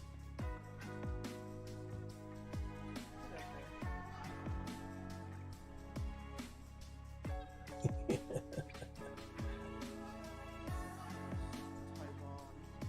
United Arab Emirates. Iceland. I'd love to have a sponsor approach me. Albania. Oh, not safe for work Twitch. I try to keep the daytime stuff more family friendly, but apparently the Irish just swear like mad, so I don't have control over Calvin's speech. No, you're fine. Hey, Thaco, good, you're back. This is that map that I started, if you recall, the swamped village, and I've done a whole bunch of like fiddling about with all the pieces now, so you can see like I broke down a bunch of the buildings a little bit, and then I made them all sort of unique by busting holes in the walls and stuff. I put some old ship parts and boat parts, and then I kind of filled in some stuff on these buildings, and then I made roofs. You mean that? This? Oh yeah. It's like a hollowed out tree or something. Oh, for the buildings. Okay, so that's really cool. Because when I dropped I'll go into the stamps and I'll show you. When you drop the buildings, like they all kind of look the same. Yeah. So, if I put 3 of these down and 3 of these down, they're going to look exactly the same. So what I did is I went into this. Is it that one? Maybe this one. Let's see. Yeah, it's like this one right here. And then I took these broken walls and I just placed them. So if you zoom in, you can see it's actually just a different piece of art over the top. Right, so I gave each one like its own separate kind of breakdown. So then when you scroll out or when you print it off or whatever, each one looks a little different instead of all of them looking, just being stamp. And that really broke up this section down here because they really looked all the same and it was annoying me, and I'm like, I'm going to take them out. But then I did this, and just like one wall, busting down one wall makes them all unique enough that it doesn't look like the same stamp over and over again. Some of them are really cool, like that one's totally crumbled on one side. I tried to keep the crumbling kind of towards the water for most of them, like maybe the foundation had got soaked and the building fell apart, stuff like that. I just threw a bunch of junk in these buildings that it had moldered. And then there's this crazy ancient tree here that started infecting the other trees, and I figured that's probably going to be some type of encounter or something. Who knows? Maybe the Chill Out Corners game will run across this this area. I haven't really decided what I want to do with it. And then I changed some of the grading on the color to show, to make sure that it looked more like swamp near the water, and then a little drier up further. Otherwise that tree would have fallen over. It's so huge. So this is what it looks like now. And if you look really closely, you can see how similar all those broken down bricks are, but players generally aren't going to look at those stamps and be like, hey, these are all the same thing over and over again. Right, I have to message my kids Wednesday kids D&D. No, I have to make DM prep materials for them. The 13th. This one.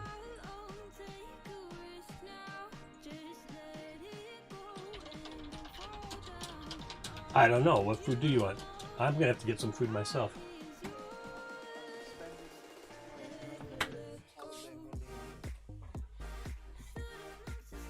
A converted adventure from 2E to 3E to 5E? Wow.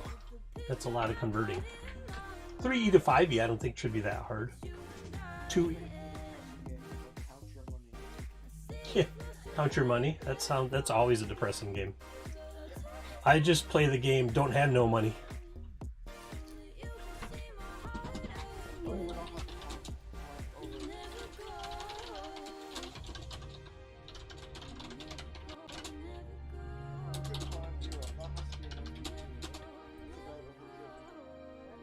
€105? What the? Do you not know how money works? I know how it works, but you know, I'm fat. €100, that's a ton of food, man. That's like 20 kebabs. Again, man, right? I'm the guy who spent over €40 in McDonald's on myself. See, if you would just buy groceries, you could make that money last far longer. Maybe you need a cooking class. I can't cook, actually, I can cook now. Oh, well, there you go.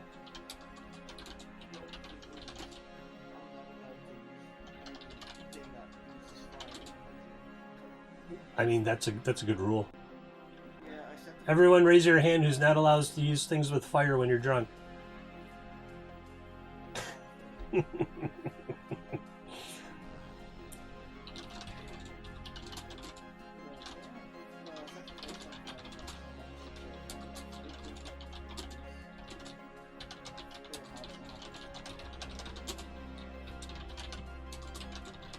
I agree.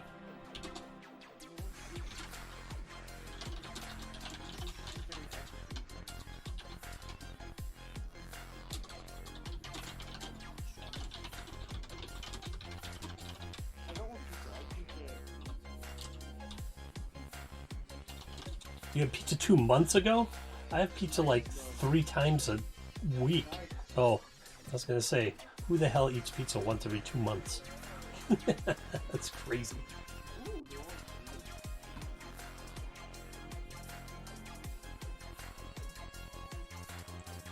All right. Turn my maps. Oh, I didn't make any changes.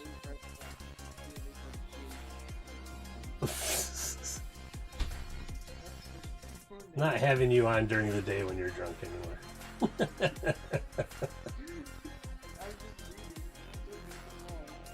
Fako. So then I made another map, which was basically just a white background with a bunch of roofs on it for the buildings that aren't in the swampy part of the village right here. And then I dropped this into Photoshop and I cut out all the roofs. The roofs are on fire. And I kind of color corrected them to make them look moldier. These are actually snowy roofs that I had changed the hue on a little bit already. And then I did a bunch of work in Photoshop to get them to look really dark, like they're pockmarked and stuff.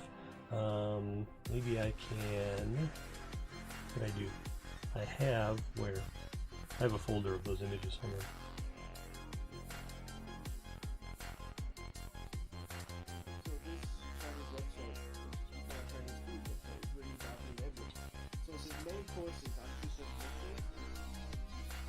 So that's like mushroom is in all of them?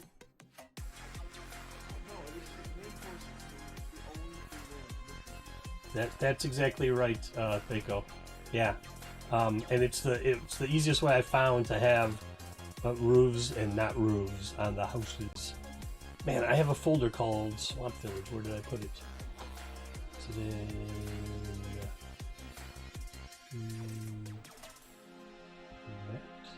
here? No. So it's got to be.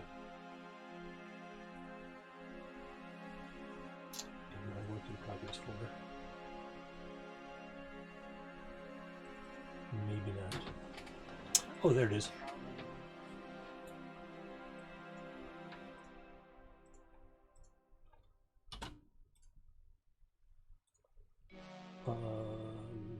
What'd you say? What is chow mein? A type of Chinese food mixed.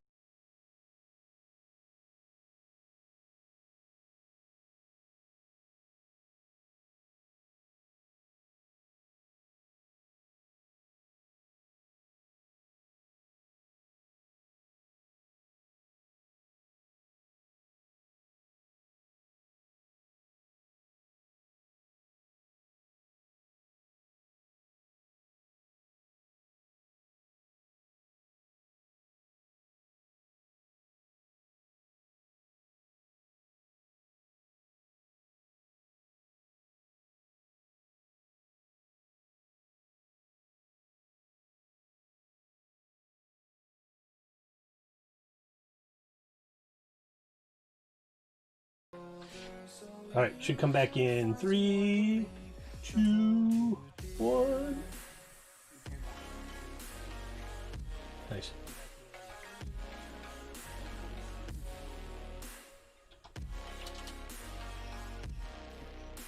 That's what I get for trying to pull a file. So then this is what it looks like. Am I back? I'm back. This is what it looks like when after I doctored it up in Photoshop and stuff to make the snow look like mold, and then darken part of it so it looks like it's kind of pockmarked, like some of the tiles had rotted away and such. Now, where's my chat window? There it is. You got my head off the ground. You pick me up when I drown. You got my head spinning round. I'm out of control. Yeah, so then it's just I'll put it on the map layer on top of the map, and then when they go into it, then you just change it to the GM's layer in Roll20, and it disappears for them. Then usually what I'll do is I'll drag it away because it never goes fully transparent, and it's always annoying. So go and cry on my shoulder so you can find someone but me to hold you. Let's just say our last goodbye, but now you can lay down for a while and cry on my shoulder so you can find someone but me to hold you dear.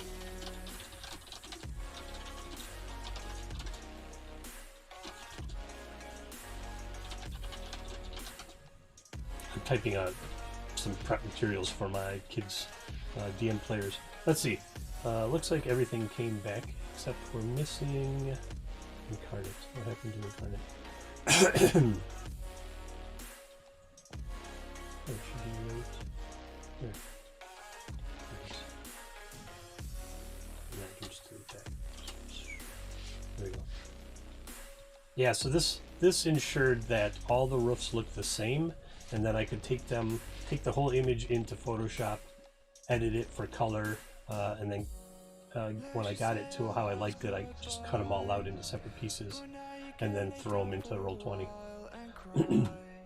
On my shoulder so you can find someone but me to hold you dear.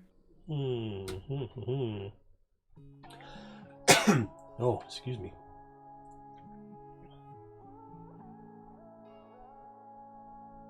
I do need to make a really big map. It's going to be it's not really I guess a regional. Let me see what they show here.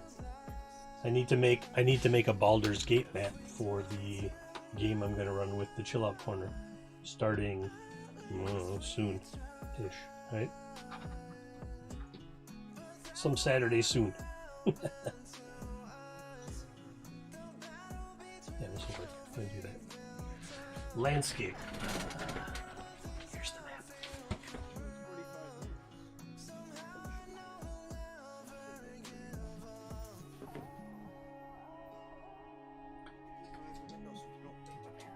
I know it's not going to look anything like this map, but This map is, I'm just gonna make a big old landscape map. It's gonna be a big old 2K landscape map. That's gonna be Baldur's Gate.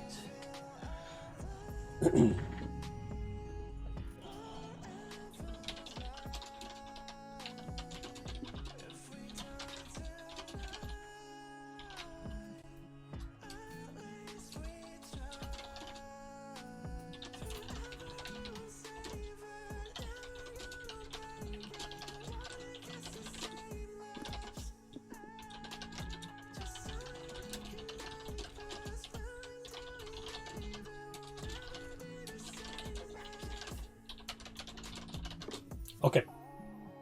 Which reminds me, I have to lock down my, where is my, there it is, Kids TNB server.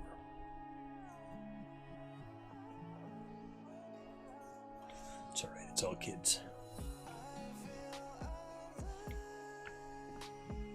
Text channel kids, TNB, after S3 group 1. So they're going to be called Group 1. Trying to do a couple different things here. I got to get this set up. I can do it. I can get it done tomorrow too, but I want to get it done today. Give them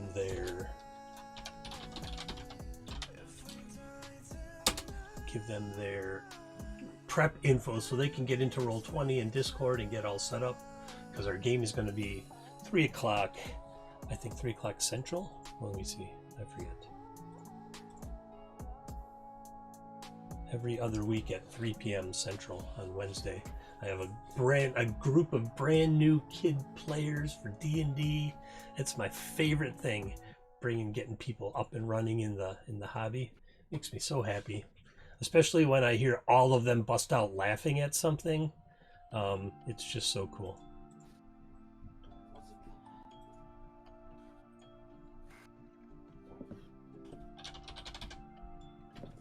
Hey, mute your mic over there, noisy one. Because it's just a bunch of garbage noise that I keep hearing. I was speaking, how dare you? You were not speaking. It sounded like you had the microphone in your pants, like wrestling around in there. No, I said, what's up? Oh. Okay, and then you went. Exactly, see, sorry. I did not. I was talking about my kids group, man. I was talking about my kids group. Talk about you. Boy, that Irish dude is totally a prick. I accept that. Let's see, now I have to go back to the screen.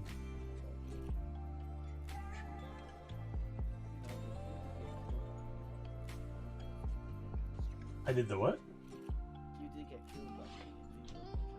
I got killed by the audience, excuse me. I did not get killed by you.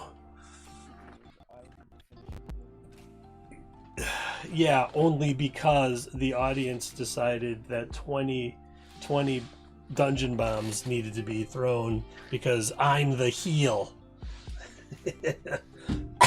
Suni Mahara. Jerk.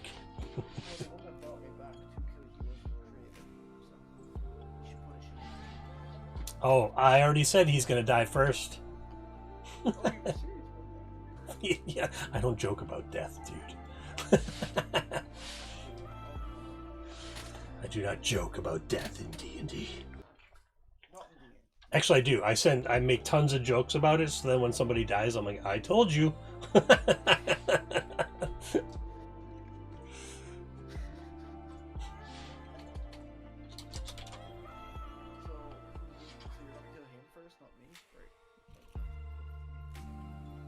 I mean, it could be simultaneous. I don't know. How much damage does Blue Dragon Lightning Breath do? I did almost TPK a party with that once.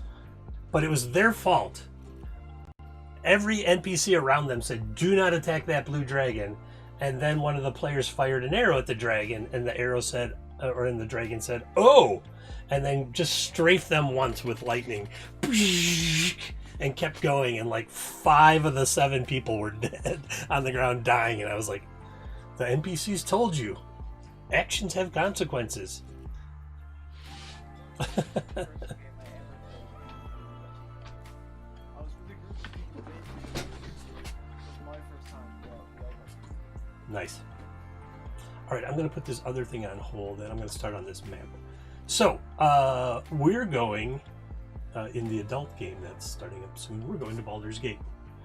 And we're going to my version of Baldur's Gate. But first I'm going to disappear for a few minutes. Yeah, it's for your game. I'm going to disappear for a few minutes. Let's see if Snapchat will let me, or if Snapcam will let me do it the way I usually disappear. Oh, and another 100 bits. That's why you don't have money for food, man. You just keep giving me bits. Yeah, I bought 500 bits just for this stream. Oh, well, thanks. I hope that didn't take too much. Every time your stream comes on, I buy bits. Really? This is your payment for a game. Yeah, it's only your stream and my stream. I never bought bits.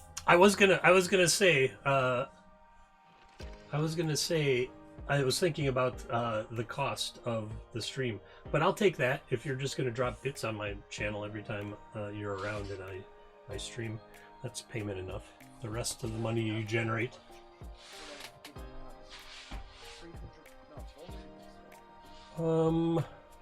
Yeah, you're up to 580 now total. Yeah, $5.80. Yep. I mean, I take it.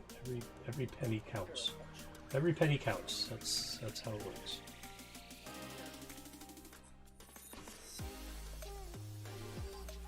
Okay, I'm gonna disappear for one moment, or for a few moments. Hopefully, I don't know if I should leave Chilla corner by himself on my stream.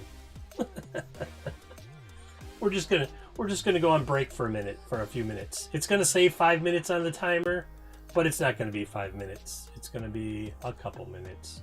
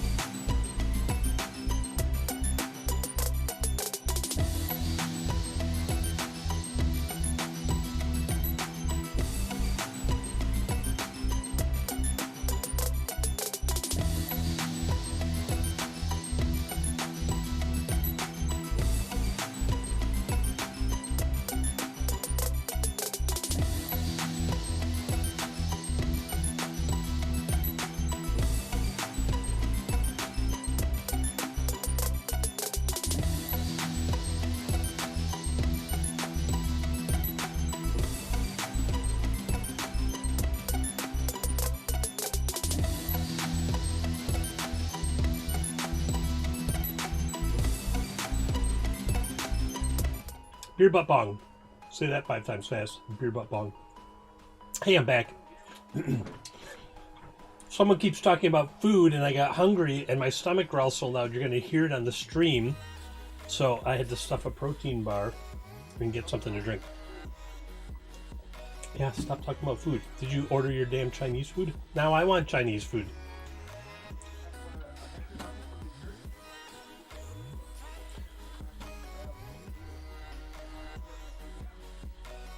Okay, well, now I'm in Incarnate, which is currently my favorite mapping utility for role-playing games, and hopefully future sponsor of my DM prep times. Well, my games too, I suppose, if I'm using maps I made in them. Anyway, I have a hand-drawn map of my Baldur's Gate. Looks like that. It's chaotic, I know. Don't want to give too much away. So I'm just going to start by creating my Baldur's Gate. So there's a river that runs through Baldur's Gate. And there's a couple different versions. Let's look up Baldur's Gate. Ladder's Gate. Don't look that one up. I don't know what to show up. Baldur's Gate map.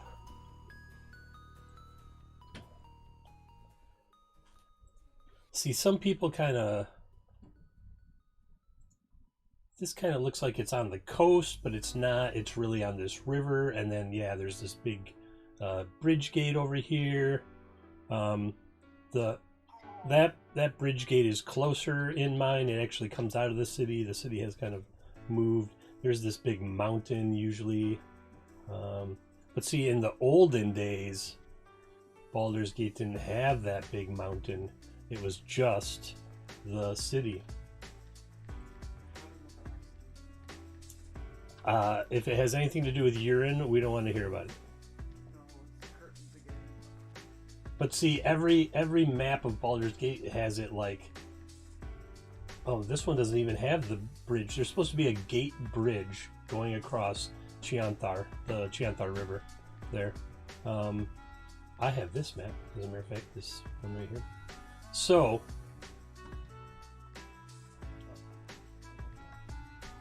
you have that map? So I'm not going to put this mountain in here, but I am going to have the bridge go across the river, like this one right here. Yeah, but that mountain is gone. The city, in my version, the bridge is basically at the corner of the city, as opposed to having that mountain. A large multi-tiered city on the Sword Coast. Indeed, it is. There are walls all around mine. The way that I always read it was that Baldur's Gate was on the hill, and that's why there's several different sets of walls in the city. You have the outer walls, and then you have the walls around the docks, because you want to keep those dock people. UTI? Can I say UTI, Legio? So there's the outer wall, and then there's the wall around the docks to funnel people from the docks over to what I call Riverside, or to the warehouse row. Keeps them from going straight up to Bloom Ridge and the Wide, which are like the hoity-toity part of Baldur's Gate with the Ducal Quad and the High Hall, which is where management of the city is done. And this map, you can see they have like the Wide is probably that big open space in the city itself. But then the city just, it's cluttered. It's an old city. I get it. The roads are kind of windy. Roads in mine are super windy as well. There's some cul-de-sacs. There's some very straight roads because of the warehouses and stuff. So, all right. So I have my idea. They have their idea. Well, this one's cool. It's got like all the districts laid out in it. Oh, I like. See, it is the Wide. That is the Wide right there. Oh, I like this map. I agree, Little Callum. Well, Little Calimshan, I thought was right outside the gates. It might be a little way away. Yeah, but Worms Crossing, I think, should be closer. Right by Tumbledown, sort of. I like this map. I'm going to make this my desktop for a while. While I'm...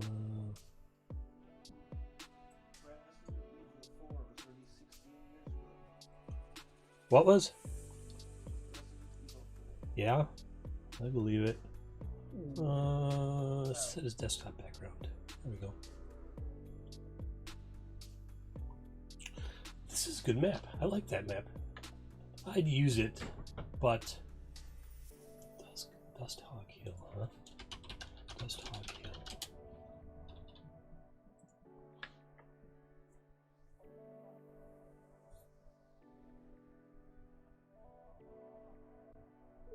On the northern bank, just east of Baldur City, by the year of 3 ships sailing, it was surrounded on all sides by the outer city. See, that's talking 1492. This is going to be like 17 something.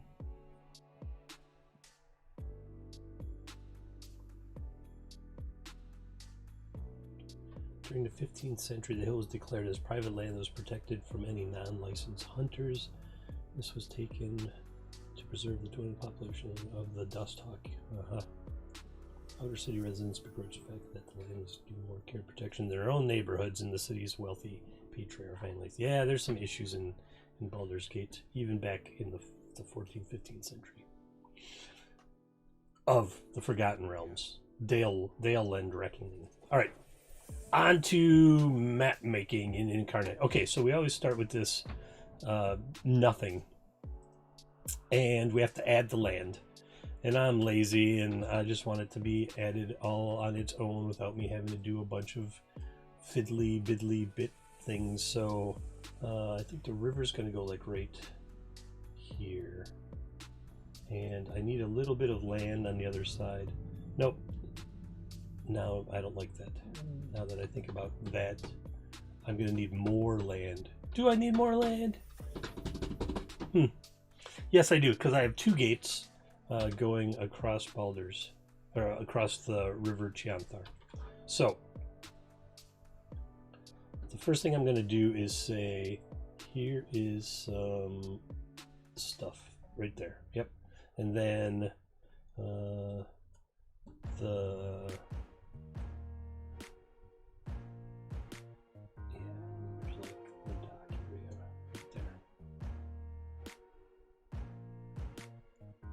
yeah, okay. And then I can just go, this is the cool part. I don't want to, boom. There, add, move it around, add, move it around, add, move it around, and add. There we go. Now I've got the land, and I've got the water. I don't really like the way that this came out, so I'm gonna fiddle with it a bit like I do from time to time. Okay, so my map has like a smaller opening here because they do some like they have like a tower right in the middle that guards it right there. So then I'm gonna like shrink this way down, and this will be the guard tower.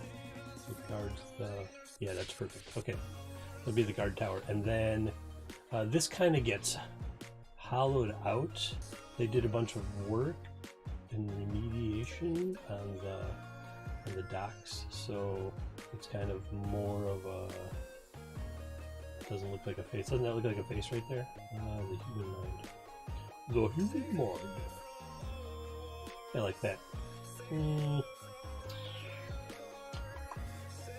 Do this. This is one of those. I really only use like 2 or 3 settings on this edge thing, and it's always like, oops. I want add. Edge back. Because sometimes the lines just look too straight, and then I get mad and I'm like, no, that's not right.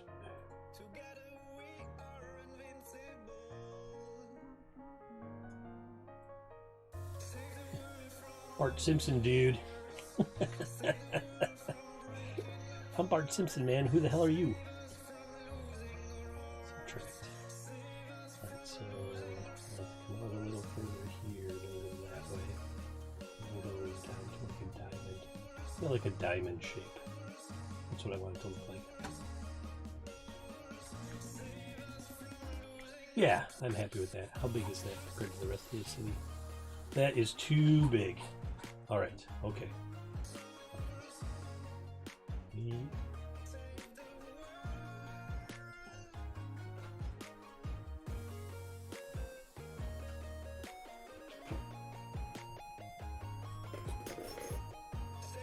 I'm muting you. Make too much noise. You're on a 1 minute timeout. 1 minute timeout for Chill Out Corner. He's making too much noise over there. That looks pretty close to how I had it in my... There's got to be enough room to put a wall right here. It's got to come all the way up and around. The river's too wide, so... That's cool, the river's too wide. Okay. I'm gonna do some more addition of land right here, because then I can push it out. Push.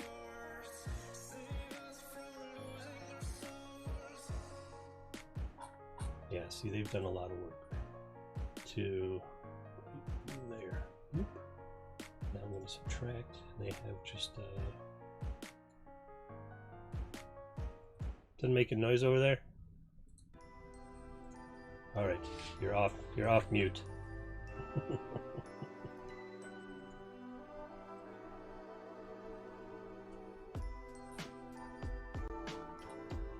That's close. There we go. Perfect. All right, good. All right, and then right in the middle here, there's a little, this little gate island. Oops. Whoa, little gate island. And small. Just like that. There's like these big doors that close off. All right, and then there is, so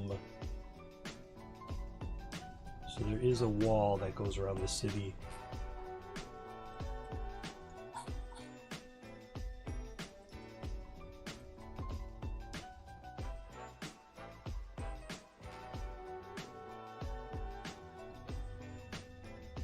Oh, now he muted himself. I see. Good job. All right, there's a wall that goes around the city. It's got to come up to like here and go around. So I'm just going to put some points. Oh, thank you. Thank you for not eating on the stream. It drives me crazy. It really does.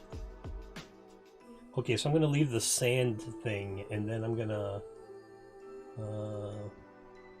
make like a... Yeah, people didn't come to watch us eat. If they did, that's weird. If that's a... I mean, I'm sure there's a thing. I'm sure that's a thing. All right, so the edge can keep the kind of sandiness, but then this is all going to be mud because this was all dredged anyway. So they've turned all of this into dirt, but there's that thin kind of beachy sandiness right there.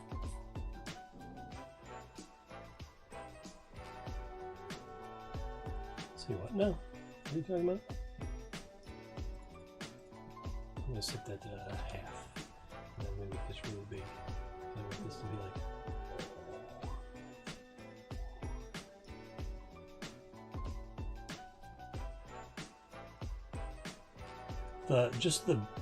Just the edge of the river is kind of sandy and mucky. Everything else is going to be part of the city.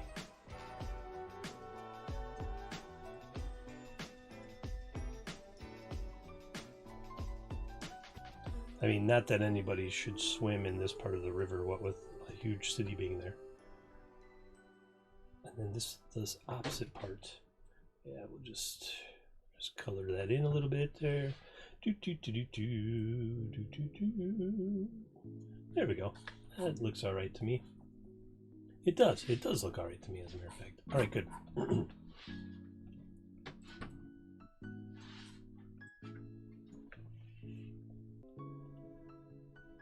Okay, and then there is a hill.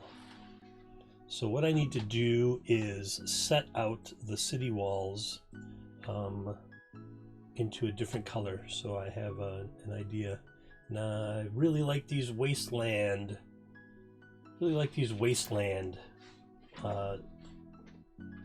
Textures. I don't know what it is about them. They look like what I want, or the idea of what I want a lot. So there's a tower at the end right here. That's going to go all the way around. It'll hit you in the giddy up. I'm going to have to go back and fix that.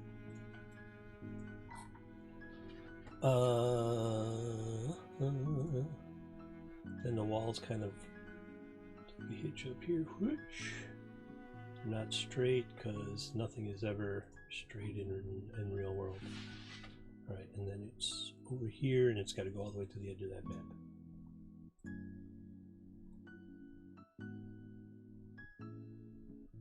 Right there, it's going to curve up. Stop opening that damn brush options thing. And it curves back down like this. You didn't pay for the food. They brought you food and you didn't pay for it? Uh-oh. They'll be back. I'll be back.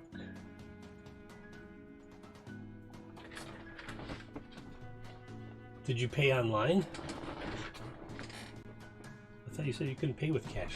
I'm supposed to be paying with cash anyway. Okay, so everywhere this brown line is going to be a wall. All right, now I'm going to change colors because there's interior walls. And this is just mostly for me to remember where the walls are. So it's like right here. Let's say it curls in. This is Warehouse Row through this one. And there's no gate up there. And it goes straight down there. All right, and there's a little bit of interior walls here because that bridge is going to go across right down here. You sure you picked cash?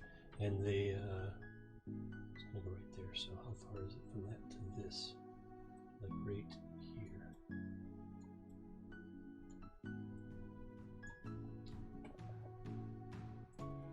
All right, and then there's another set of interior walls right here because there's another gate. And it's just a footbridge going across the river. Oh, it's the floating bridge. That's right. I made a floating bridge, so it gets moved out of the way when big ships have to go by, and then it just gets curved back. And Westgate is over here. And it has some interior walls. I'm gonna put it. There's this little right here. Right. It's gonna be Westgate.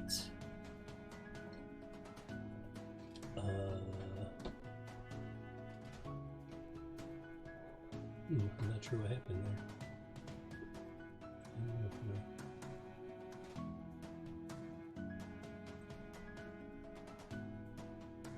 Oh, I know. It's territory markers. Okay. Yeah, so there's a gate here, and then there is no gate till there. 1, 2, 3, 4. Yep, okay. Then I'm going to switch to another color brown to do the interior wall for the hoity-toity area. They have like the top of the hill. So it goes like here. This is the silver gate, and it comes around here. And it arcs out there a little bit. Goes right. Yep, because is the wide ducal quad. Mm-hmm. All right. So that, according to my map of my Baldur's Gate, that's where all the walls should be placed.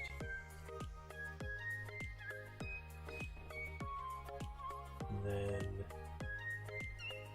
yep. All right, and then there's gonna be a bunch of towers. So I'm putting some towers. Well, first I'm gonna. Are you a criminal now? I mean, it's up to them to collect the money. So if they don't, it's entirely possible that, you know, you could send them a message and be like, "Hey, dude didn't collect the money. Come get it," something like that. Right?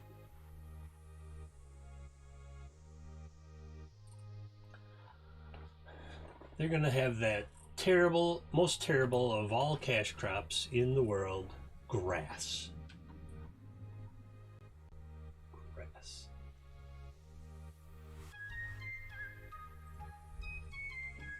Up here. Oops, too far.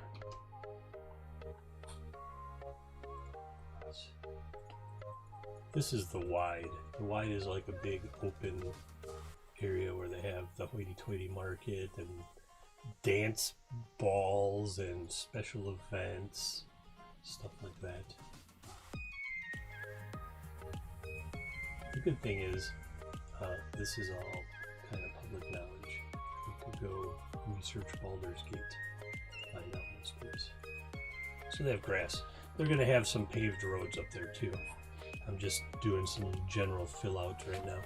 All right, and then the lower parts of town are going to look kind of muddy. Let's see what that looks like. Yeah. I feel like the dock area is really dirty. Right?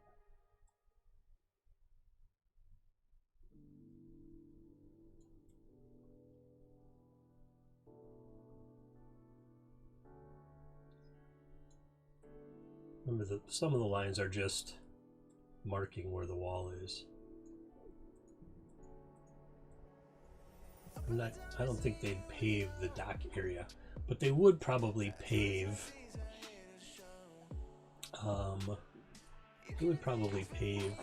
the warehouse row, because you've got so many, nothing fancy, but you've got so many cobblestones. Yep. We're gonna do cobblestones. So many heavy wagons and such moving through that you don't want it to be. You don't want it to be like soft, muddy ground. So you've got to have some. Oh, that's way too tall, way too large. I need to shrink that down. Size. Shrink. How do I? There it is. Isn't that cool? It shows you like, hey, this is how small it gets. Oh, I can't go any smaller than 20. Okay. So I just gotta work with that. Alright, so this is the warehouse area.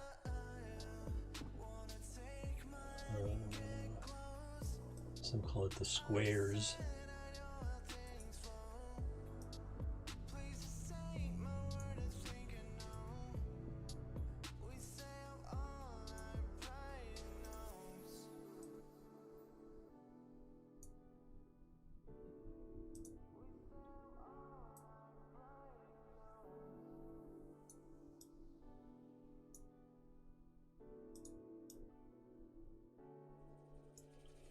And there's like a big,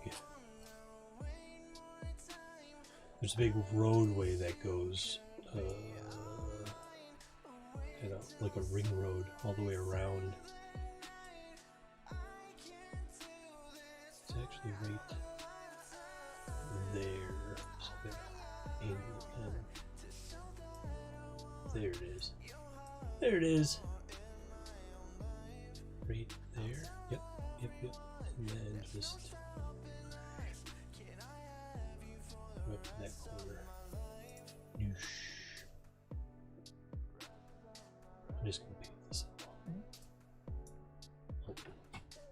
Just gonna pave this all right here. Paved. And this is all gonna be paved. Because it's where the, this is like to the floating bridge that's right there across the river.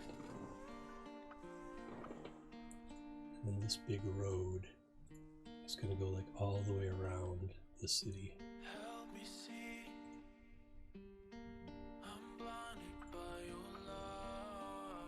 Softness of 0, capacity of 100. Shrink it down to like 20.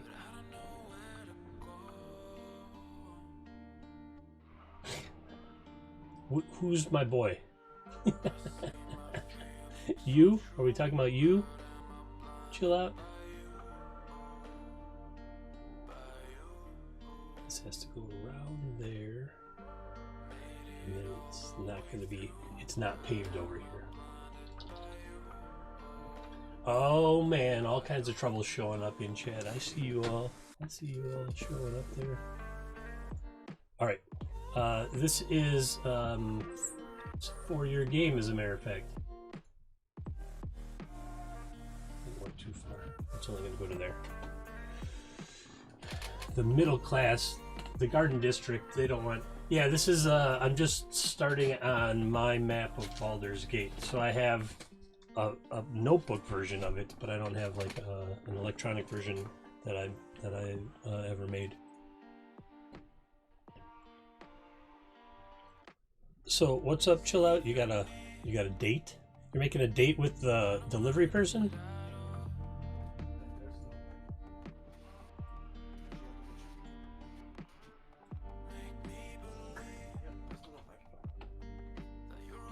So you have a date with the delivery person? No? Crash, you know they are. You don't ask for money. Wow. Do you want to date someone that asks you for money? No, not every 10 minutes. Oh, 215 changes. I better save this.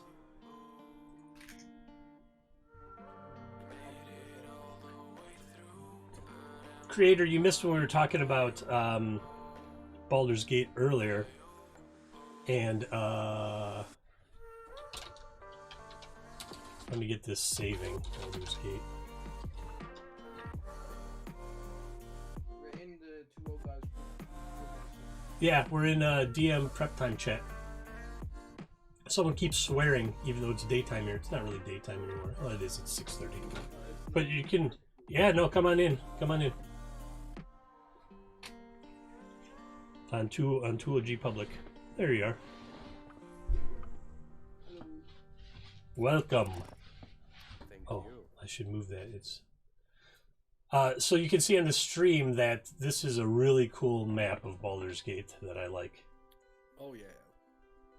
But mine is a little different. So the Worms Crossing in theirs, they have Dust Hawk Hill in there, and I don't have Dust Hawk Hill in mine. So. Okay. So it's Dust Hawk Hill's gonna go away. So I gotta admit, I don't know much about Baldur's Gate. Even better. As a DM, as a DM, I normally always make my own kind of settings because I always feel like people kind of have expectations if you bring in real D&D settings, and they kind of they know a bit of like the setting, and they have expectations of where things are going. And it's, You know how you fix that? Almost all of D&D's Forgotten Realms is between like actual playable stuff is between like 1170 and 1470 something. Dale Reckoning. This is like 1760 something, so it's like 300 years later. So people say something like, "Well, Baldur's Gate in this," and I will say, "Sure, 300 years ago it was." Now it's this. Smart. Yeah. Well, I think I kind of use D&D as a way to let players experience like my stories, and I like to write stories and story maps for other games and stuff like that. like to kind of bring players into that. I mean, but you have these huge cities that save a lot of time because, Oh, you know what I mean? Like, I don't have to I'd still decided a whole bunch of stuff that's not in the original version of Baldur's Gate, but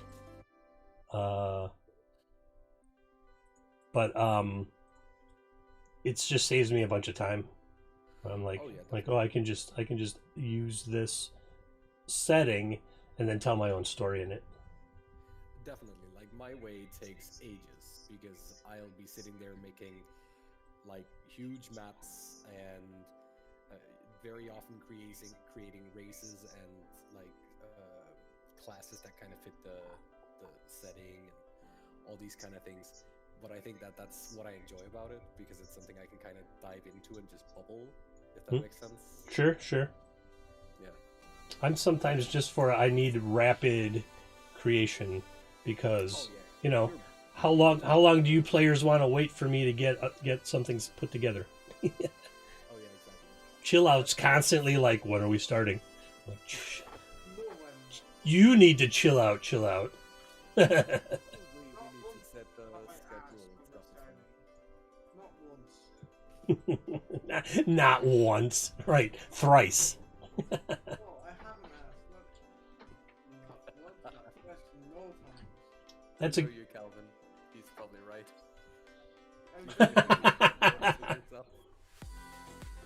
Bert, you talking about using an existing setting and then just shifting it out of time? I love doing that because Okay, sounds cool. what happens in 300 years in the city is it's a big change. Definitely. Hey, I became a criminal. Yeah, he stole food from a restaurant. How dare he? They didn't ask me for money. So, Chris, have you ever done Descent into Avernus? Yeah, I played part of it just last year. Middle last year. Cool. Because like the Irish group that like I know Calvin from, it's where Mira, back when she lived in Ireland, they were playing together. We're now playing online, and our DM there, he basically took his own idea and mixed into Descent into Avernus. So it's like make the elves great again. We have to bring back Shenron the Thrill, and we're all like chosen of the Seldarine and have like insane superpowers. Well, Like the Care Bears there. I just gave up not just my body and soul, but also all my powers to redeem Sariel, and I'm now playing an actual angel with like halfway to 30 in all stats and with legendary actions and shit. It's so weird. It's a big secret to my character. I'm so scared now because I actually have to play Sariel, and it's like, shit.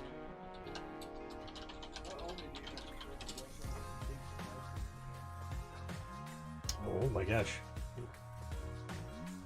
I won't need to play more, but it'll be soon be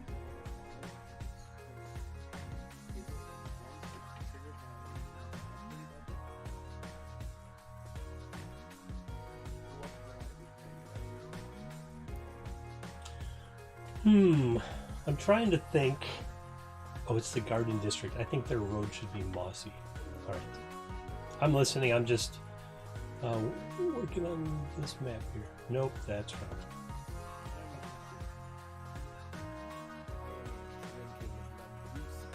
Ooh. Very cheap shit. It's Italian table wine, basically. Sure. Yeah, hey? It's like a rosé wine spritzer type thing. Oh my gosh. So it's not like really wine. No, exactly. It's It's like this cheap shit stuff. It's like rosé champagne-ish type thing. It tastes really nice. I know what I have to do. But this road's not going to be that big because they don't want. How do you keep heavy traffic out of your neighborhood? Easy. You make the road really narrow, right? Shotgun. Yes, shotguns. Congestion. That's how you keep people out. Not congestion, but traffic. Yeah, Sorry. that's all right. We have an international crew on the space station, all the RPGs today. I don't want that. Try that. All right, so yeah, there's that little cul-de-sac there, and then this road kind of. I'll make this like a. It's gonna be like a little square or something. There's gonna be fountains. This is the garden district up here. It gets a little janky. It's just like a known character. Oh yeah. Fucking awesome. Oh yeah. So I don't know if she got to ask you, but she wants to know if it's okay to have like a. She wants to basically make these calling cards for her patron. Like she calls them soul stones. It's basically like you give them to people, and then if they're ever in trouble, they can like communicate with the patron through there and like give themselves up to him. So she Oh. wanted to ask you if it was okay that she was able to make them. They have no actual mechanical thing. It's just like a story thing. That Sure, like, sure, going sure. around trying to corrupt people. I get it. I like it. It's very it's good character flavor. Oh yeah. Okay, then something wonky happens up here.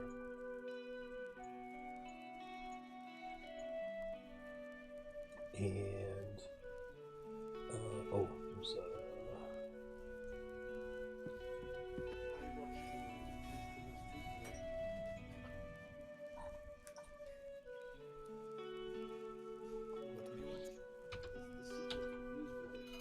Oh,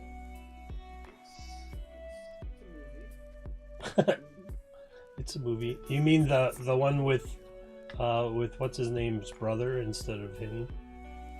John Goodman is there. Yeah. ooh, John Goodman. Yeah, they replaced Jim Belushi. Oh, okay. But he died. Right. John Belushi died. Jim is the brother. Yeah, John Belushi. So he died, so they replaced his character. Yeah. And a kid. Yeah. Macaulay Culkin. Isn't it? No, Oh, okay. no. No, It's not? I thought it was Macaulay Culkin. I haven't seen it in forever, so. it's such a Like good you, movie. I can't remember anything about the movie. There's a bit where a policeman gets abducted by God into the air, and his police outfit changes into a blues Brothers outfit. And then he lands, and it becomes Blues Brothers. And then there's bits that's genuinely confused. There's a lot of magic. There's a voodoo queen in it, where she does her voodoo magic on everyone. Nothing wrong with that. Nothing wrong, I just didn't expect it. It was just weird. Like she turned them into like zombies, basically. It's like what the fuck? Oh, by the way, Chris, you scared the bejesus out of me when you just sent that super ominous message. You're gonna die first. What did I do? I told Chill Out, I was like, I make a lot of jokes in D&D about death. So that's so when it hits you, you're prepared. Like,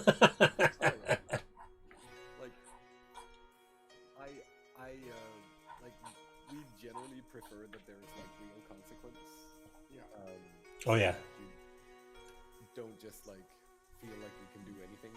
Right. Like that's one of the things we really enjoy. Yep, that's perfect.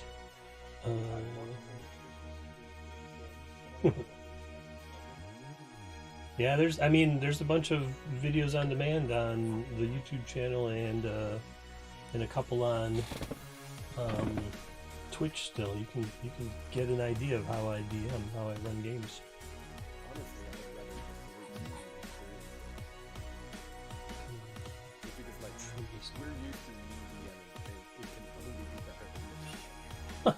I don't know. Everyone has their own style. Not everyone's Matt Mercer. I think my problem, especially when we're playing online, is that when we're IRL, Oh, online, true. I become very insecure for some reason. I think it's because we were playing with a bunch of people who were very like, I want it this way, and I complain when I don't get it. Yeah, that's really like it was just like sometimes 20 minutes of arguing over like things that are just and abusing mechanics and like, oh, I thought this is how it works. Like you've been playing this game for 10 years and you say this is your favorite game. You can't tell me that you didn't know this was only once per quest and super like that. Right. And because like I like as a D&D specifically, I'm still kind of new to that. Like I've only played it for the last 2 years and 1 year that it's been doing Corona. So I like to, when a player questions something, I like to crack the book open and look it up and read right from the book and be like, this is what the book says. oh yeah, This is what you say. So the arguments that we get into is like overphrasing and shit like that. It's like, I this is what it means and that's what I was saying. and Love it later. yeah. During the game, this is what it means. Yeah, and then there's like the analysis paralysis where the PCs are sitting there talking and talking and talking. Eventually, something they say is going to be overheard by somebody walking by, because you can't just like you can't stand around talking about murder because someone's going to be like, those people are talking about murder. We better report them. Just know, we like to plan and talk. I'm fine with that. Just It's fun. be conscious of where you're doing it. Right. Yeah, true. You just roll it up, thing. I don't know me to think, oh wait, I could do this, and I'm gonna do it, but I don't think about what's gonna happen. Wasn't it you who just like went into a magic shop and tried to steal like these super magical items from a shop that was filled with super magical things and like they were armors guarding the door and shit like that? Oh my god. Please do that in my You game. tried to attack the shop owner. And then Please. turn into a fucking Hulk. All It was right. like this little Danny DeVito goblin. Red. Yeah. Sounds like you guys are gonna meet Niska in his shop of needful things. So it sounds like to me. Don't give him hats. Don't give him hats. Sure. But the prices are kinda high at Niska's. Are they special hats? Are they special hats? Well, of course, he doesn't have anything that's not special. He's a collector. You should have a power on your character type. Did you jump from the bridge? Yeah, I jumped Mhm. and splattered on the border. We were in this pirate city where like the ships are coming out of like it's like a cavern where the ships are coming out of the walls and like there are hanging bridges between the ships. That's the entire city. And Cool. after getting people almost killed because he attacked the shop owner, he basically felt so bad when the others confronted him that he just like sacrificed himself and just jumped. And Alright. he got iron from the game pizza. And eaten by piranha fish. Devilfish. Yeah, but he knows what piranhas are. I don't know if he knows what devilfish are. Then say I sharks. imagine they're very devilish fish. They're not that nice. I also got my finger eaten off by them. I don't think anything called devil is nice. Right. And They're then, basically like super ravenous sharks.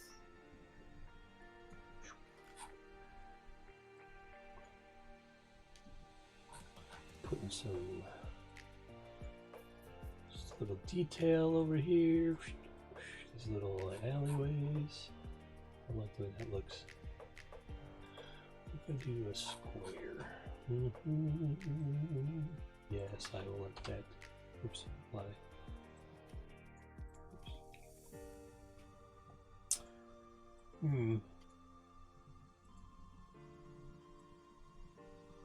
So what are you thinking for? You're working on Hexblade?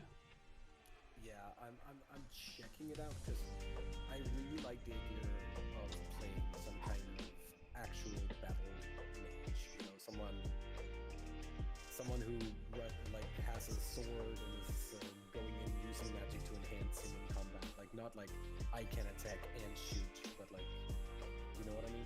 Yeah, sure. Kind of like shaman in Warcraft, just not like elemental based. Mm-hmm. That'll work.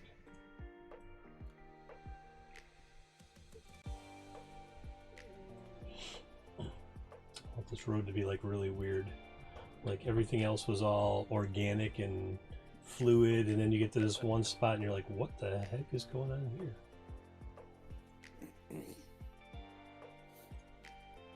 It's like being in newer European cities. You know, you have this like old city where everything is just chaos. Right. All of a sudden, everything becomes straight lines. Yep. That city reformation thing happened, and they were like, okay, all the boulevards have to go in these directions, and they all have to have medians that are this wide, and at the end there has to be like, you know, like one big building with a roundabout about yeah, something like that. That's exactly what I was talking about, was Paris. Paris, I have in my head too.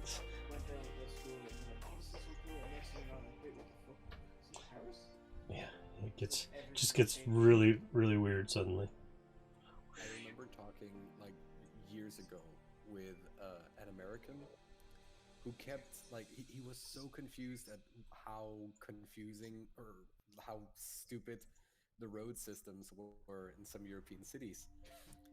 And he said, like, why did they ever build it like this? Because this was built in the medieval period. Right. They're just This was built 1,000 years ago. building on top of things that are already built and changing them up, and you know, the city changes. That's the same thing with this. Like, this is my Baldur's Gate 300 years in the future, so it's not going to have everything that you expect Baldur's Gate to have. Exactly the same thing. Mm-hmm. There are several gates in Baldur's Gate.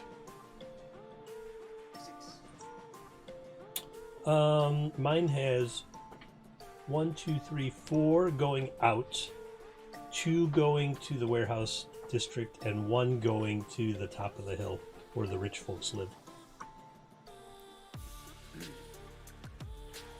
It's a control thing. Like if you look at the map on the stream right now, this brown area obviously down here is the docks. Well, there's a wall around it because the rich folks' entrance is right to the north, and they didn't want people to stumble out of the docks and stumble up into their area.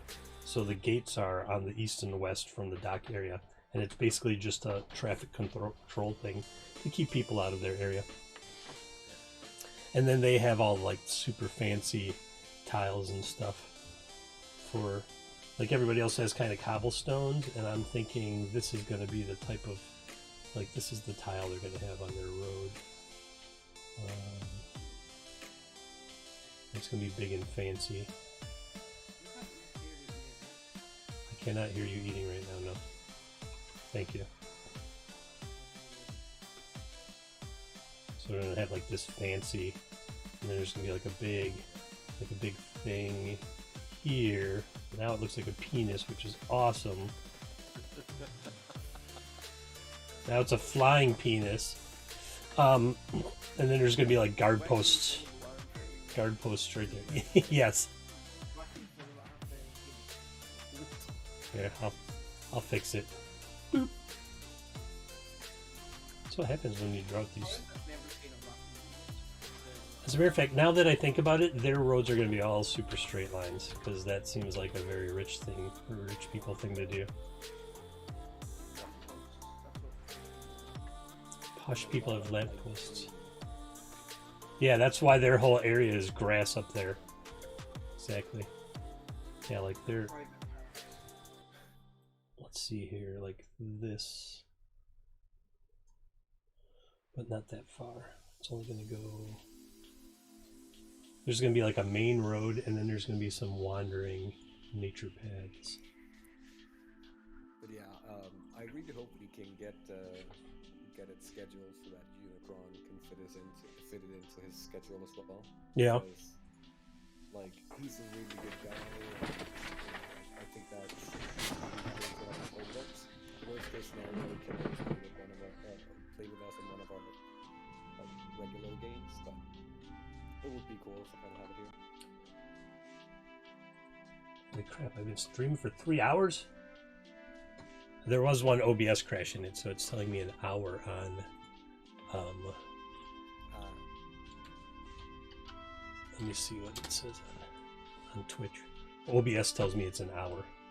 So what I think we'll do, Creator, is I was telling Chill Out the same thing. Like, I'll have an OBS layout and I'll record. We'll play in Zoom, and I'll record everything so that I have a video, so I can do a video on demand later. After that whole session is already like published, like a couple of weeks or something. I have been. Nice. Oh yeah. Oh, that's cool.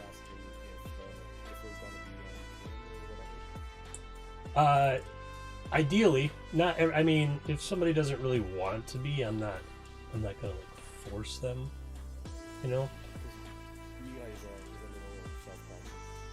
We were talking about maybe adding in maybe avatar for characters. That is 100% fine.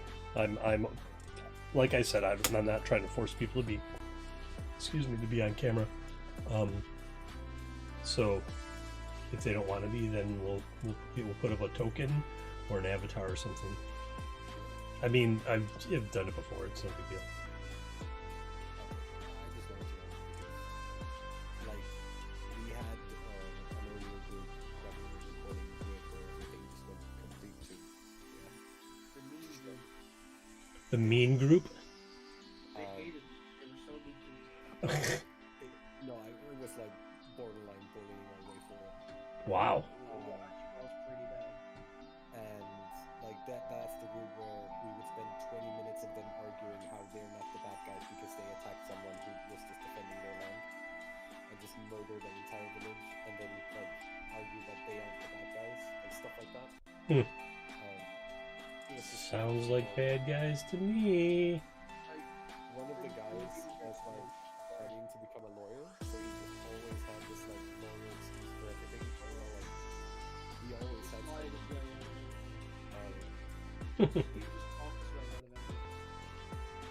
Yeah, you know, like, really in your friend. I take, joking insults, but I know, because I know you're not doing shit, that's what got, like, really personal.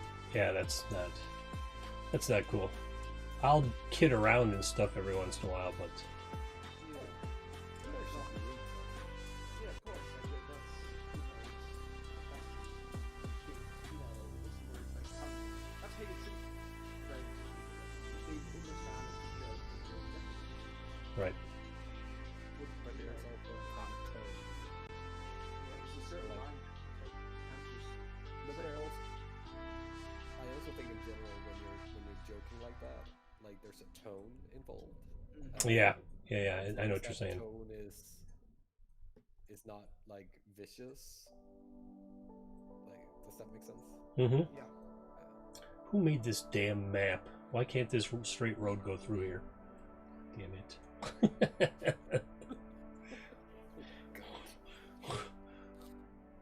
Who's the creator of this city? Idiots. Oh god damn it, I keep screwing it up. The creator of this city is not the creator. Don't put it on me. I wasn't putting it on you. I wasn't putting it on you. Just kidding. No, it's gonna go.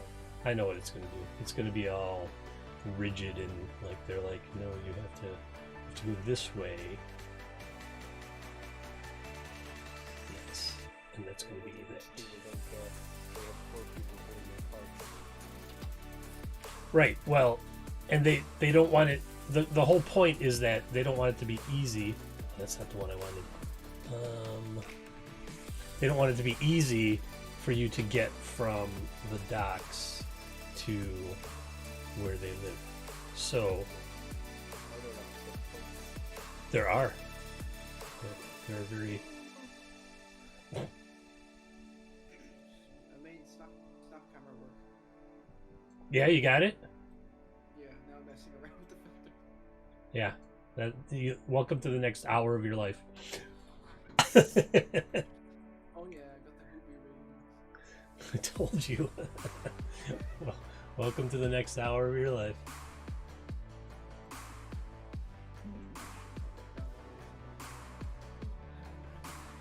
There's been after stream things on Lich's stream where we just sit in like Discord chat and play with every stupid. Oh, I'm gonna make this a big square now that I think about it. Every stupid filter that we come across, because there's always like new ones getting uploaded and made and stuff, and so yeah, I'm just gonna make this a big square. Remember the stream I was on? Yeah, that's where you got pineapple. Yeah, pineapple comes from September. Oh, okay. I was like, That's where I got my pineapple. I didn't know what. They're not really good.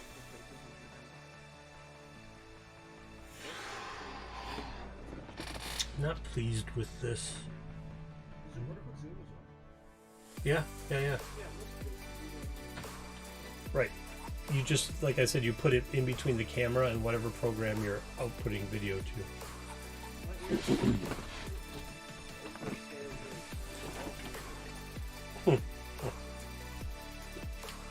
Yeah, I bought some and then I didn't even use them because I was like, oh, I have the filter. I should just use the filter.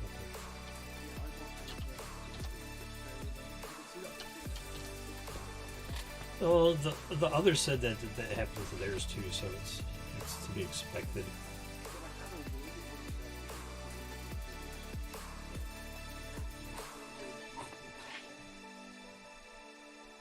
Start putting in some towers and stuff here. See By the way, what scale I'm using. trying to confine character creation to player handbook is so difficult when you've been used to using all the books. Oh, sure. I imagine. So many things that you just think, oh, this is core, right? Yeah, it is. It's just not player handbook core. Like, fuck off. Oh, I have Elfiers now on Zoom too. I- Oh, and I my do- background is still going. Like, my green screen's really far away, so it's a small background. I can't wait to have a look at the what was it called, culture and Ancestry and culture. ancestry and culture. Yeah. I put that image in the chat so everyone could see like what some of the options are. I mean, that's most of the options are on that I was image. reading up on it a little bit. Yeah. So just like, so I'm sure that it's what I think it is. Basically, instead of choosing a race, you build your like traits based on Genetic background. Yeah, genetic background and what you've done in your life, where you've grown up. where you've grown up. Yep. Yeah. So it's like a nature versus nurture instead of being like a racial bias. It's more about your experiences growing up, and Well, to be fair, in some ways, right? So like, I was reading like there was like a intro bit, like where you could see sneak peek of the book or something, mhm. and there was this place where it said it's to avoid the troublesome subject of race or something like that. Yep. And I'm like, okay, I completely get it, but we're not talking races, we're talking species, right? Right, We're and that's comparing the gorillas to ants and saying, oh, or gorillas to mice, and saying they should have the same strength. And I'm like, well, maybe not entirely. I get the idea, but in some cases, like, it makes perfect sense. That but because of the original terminology in Dungeons and Dragons, which said race as opposed to species. That's where it's coming from. Plus, there is a lot of inherent racism in how the original races were designed in Dungeons and Dragons. Well, I think that also depends on like who looks at it. No. It was literally written. Dungeons and Dragons comes from less than an hour's drive away from where I live for my whole life, and it was implicitly based on how race is perceived in the 70s here, and so it's highly inaccurate, and it's a little bit offensive to some people, and so it just needs to be tweaked a little bit. That's all. Oh yeah, I definitely agree. And I think the race and culture thing is. These people talking about how the orcs or something. It was like the orcs were meant to be Africans or something. Mm-hmm. And I'm like sitting there reading it. I am definitely not seeing African. What I am seeing is Northern barbarians, like the Scandinavian Vikings, stuff like that. Because it has to do with like it's closer. But it's not. It's more about the ability traits being modified based on perceptions of superiority and inferiority from the pre-70s. Twice as thick, like orc, it makes sense that you have a higher strength than a 3 foot tall gnome. But it doesn't make sense that you are automatically stupider. Well, yeah, it kind of does. The orcs are like literally meant to be larger, brutish race, but with smaller like intelligence. Kind of like so then physically strong but less intelligent. Okay, so then humans that are really muscular are stupider than humans that aren't? No, of course not. We're not talking about humans. But that's the implication. No, that's the thing. I don't see how that is the implication. But it is. That's what it was. Comparing sub-races. I'm telling. Comparing sub-races to human, then it completely makes sense. There are no sub-races of humans. That's my point. My point is that And something like an orc is a totally different creature, right? It's unfortunate that they're called race, but I think the best way to solve this is to just not call it race. And to call it species or whatever else. Like, do you see what I mean? Like, I completely agree. I understand. I'm just telling you how it's perceived and why it has to be changed. I have only ever heard Americans talk about that. Like, because it's literally based on an American view of race. Because that's where the game was originated. Oh, yeah. But my point is that the rest of the world who plays it don't see it that way. So Well- it only applies to Americans. I don't Africans know. aren't looking at this thinking, that's us. Asians aren't looking at this thinking, that's us. Oh, I'm sure Asians are looking at Oriental Adventures and being like, that's somewhat offensive. What race, for example? Oriental Adventures. What is that? Look up Oriental Adventures on Drive-Thru RPG. Oh, but I don't know what that is, sorry. That's- I'm just talking specifically D&D. Oriental Adventures is a setting for D&D. Oh, okay. But yeah, my point is that like these issues with like the races, like with orcs being more brutish, with rogues being smaller and more intelligent, this kind of thing. Like, as you said, it's based on like an American 70s impression of race. Right. But the thing is, unless you are those people in America, then you're not identifying them. Wait, the stereotypes are different? Does that make sense? There's plenty of European stereotypes that come into politics and social issues there. I lived in Prague for 6 years, so I'm not speaking as just a distant viewer. So, for example, my Czech friends they're wonderful people, and they would say things like, I'm not racist, but I don't like those gypsies. And I'm like, that's fucking racist, man. You can't say that. The cultural ideas of racism, or the things that we think of. Like, okay, to give an example, right? So when I grew up, I never understood what was wrong with Jinx and Mr. Popo, right? Because in Denmark, much like in Japan, those that iconography or whatever is not meant to be blackface. So in Denmark, it's meant to be a way of empowering black. So we have an old story that goes like hundreds of years back. It's where this little black kid is being bullied for being black, and the great elder takes the kids who bully them and give them an ink so that they can see what it feels like to now be made fun of for being black, and now we can all be the same. Like it was meant to be an uplifting thing. Obviously, with how widespread American media became, like that changed in recent years. But like when I, as a kid, was seeing that, and like my parents and my grandparents, we would have thought of that instead of like the American blackface. Like, does that make sense? Mm-hmm. And while I think that American blackface is horrible, right?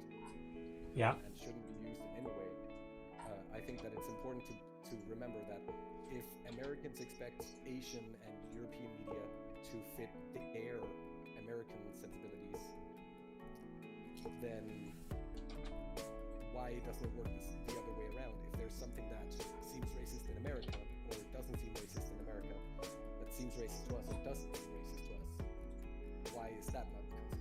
Like, does that make sense? Yeah, I get what you're saying. Like, because, for example, how people went nuts over how these Japanese companies could make this. Like, because it's not a thing in Japan. But, it's very sad that it is a thing in America, and yeah, it makes sense to color correct it and stuff like that. But we should maybe also remember that certain things have certain meanings depending on where you are, like how the swastika, for example, is a sign of whatever in Asia. Yeah. Peace, yeah. So like there are many things where we kind of maybe on an international scale have to agree to like have some understanding on what is racist and what's not.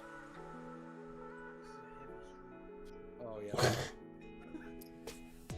I'm just making maps, man. I'm just making maps. Sorry, man. I'm really sorry. Surprised which terms No, this falls under just chatting. It's talking about social issues of the day that are pertinent, especially with all kinds of crazy stuff going on in America right now. It's not like I'm condoning any of these. Like, Right. What you're saying is intercultural tolerance needs to come into play because something that offends somebody in Europe might not, or in America won't offend somebody in America, or vice versa. yeah. But then stop giving me all your bits. No, just keep giving me all the bits. It's fine.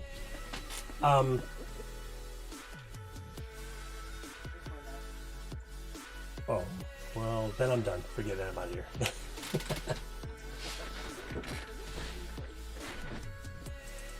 I'm just making maps here. I'm just making maps.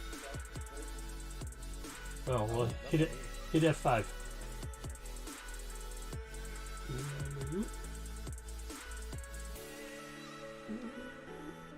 don't know if I like that wall right there. It's getting off track real fast.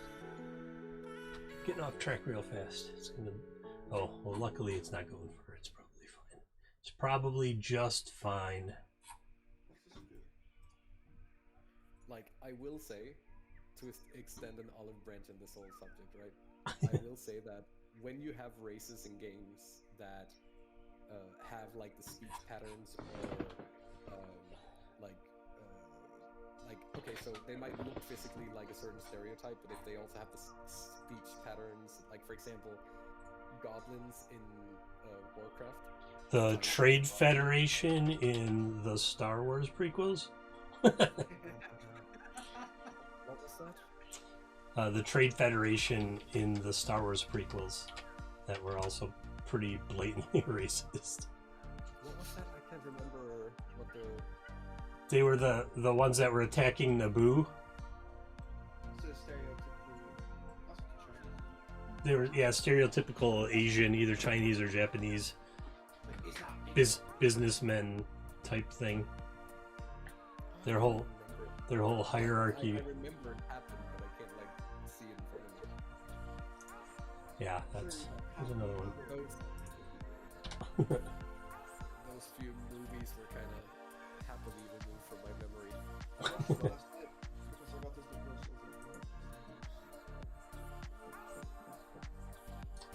Can I spin one of these? Will it look okay? Let's see how it looks. Not really. Yeah, no, I think like when you make a race that is George, grumpy with weird noses and has a speech pattern that sounds very let's call it New Yorker, right? Yeah. And have them be money grubbing and yeah, okay, it's too much. Like that's just insanity. Like how that ever was allowed. But they're taking not just like something that looks like or sounds like or a stereotypical like ability or something. No, they are mixing it all up, like to just be one huge stereotype. Which like, that's too much, I think. Right. Because then they're not just because like okay, so I think that creating races based on your idea of different cultures, even if you're wrong, I think, okay, well, that's the only way we can really create something, is to base it on something we already know.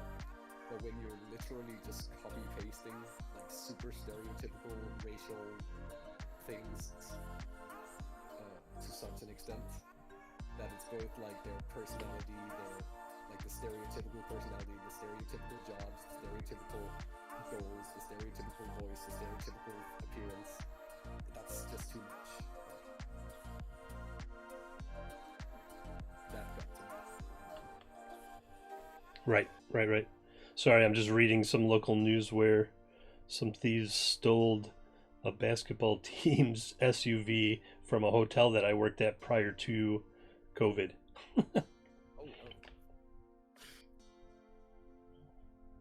Crazy stuff happened. They took $20,000 in cash. There was $20,000 in cash sitting in a car that was running without keys in it. Well, How was it running without keys in it? it's probably a remote start type thing. Oh,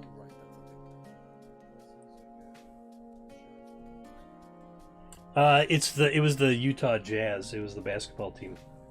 So I'm not shocked that it was 20 grand. I'm just thinking, why would you have 20 grand sitting in an SUV with the Why even have 20 grand, period, in cash? Why even have cash?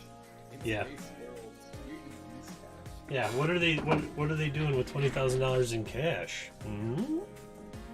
That's the investigation. That's $20,000 that's a big pocket for pocket change. I don't remember actually seeing cash outside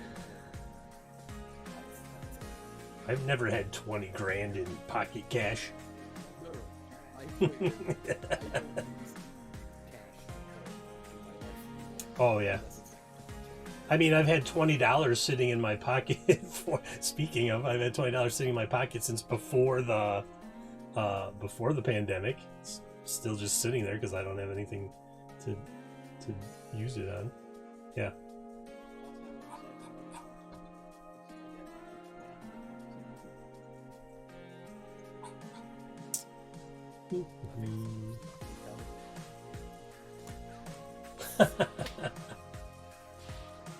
Get your drunk ass to sleep.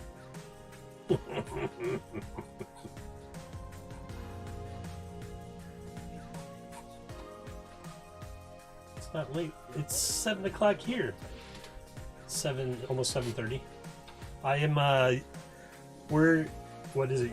Is it UTC now? UTC -6, I think. Evening. Si- So that's 7 hours? Yeah. Because, right, you're on European time, right, Creator?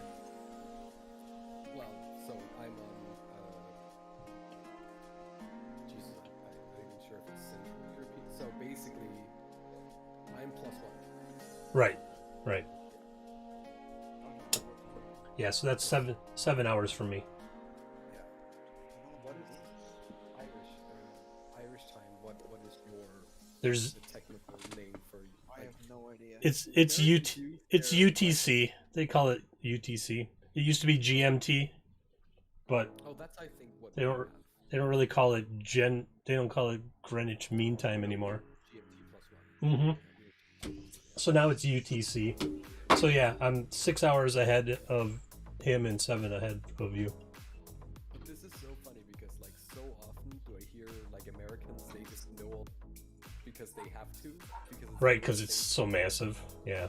like we never talk about time zones here. Like never. Yeah, because Europe is one time zone. I remember. We have 4 time zones.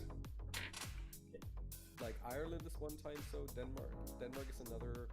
I think Poland is on its own time zone. Or it has, like, Nah, because when I lived in Czechia, it's all the same time.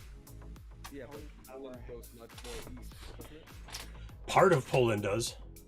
Yeah. So like my point is that like if you But, like, go from Russia to Ireland, it's the- different time zones. The three corners area there is Germany, Poland, and Czechia all meet in one northwestern corner of And they Czechia. should all be same time as me, because Right. I have so we have Copenhagen, Berlin, Paris. I think. Let's see. All GMT, I think. Here, look at the stream. So Warsaw, all the way to Madrid. It's really weird. So it's like 2:30 in Madrid, and it's 2:30 in Warsaw. You see that? See, yeah, but as I said, so it's more than one time zone. So Europe goes from UTC all the way to UTC +4, 5. Well, that's the thing about time zones is like at the equator, like daylight savings time and stuff is stupid. I used to live in Arizona, and Arizona doesn't do daylight savings time, so they switch time zones twice a year Oh, because the state doesn't do it. The same thing with Indiana right here. So yeah, so it covers two time zones, sort of. It's UTC and UTC +1, but no, like England's. Europe goes all the way to Russia. Well, I mean, Europe is like is double the size of what you were just saying there. what you think? It's also Europe. What you have right there is also You think Minsk and Moscow are Europe? Yeah, isn't it? Man, I don't know. I thought Pretty sure, yeah. the mountains are like aren't the mountains like right there? That would be where the two plates crash together for tectonics. Here. Europe boundary. Europe ends at There we go. Images. yeah. See, Europe is like much bigger than. Yeah, I think that's Russia just trying to be part of Europe. That's a political thing. Like that is the boundary of Europe. It doesn't make any sense. Oh, here it is. This is what I was looking for. It's the Ural Mountains. So then when you go back to that, they say that's the boundary of Europe, of the plate, the tectonic plate, right there. So then when you switch to the other map, It's Yeah, but, it's right here from Kazakhstan. so yeah, so a good chunk of Russia is part of it. That's just Russia trying to be European.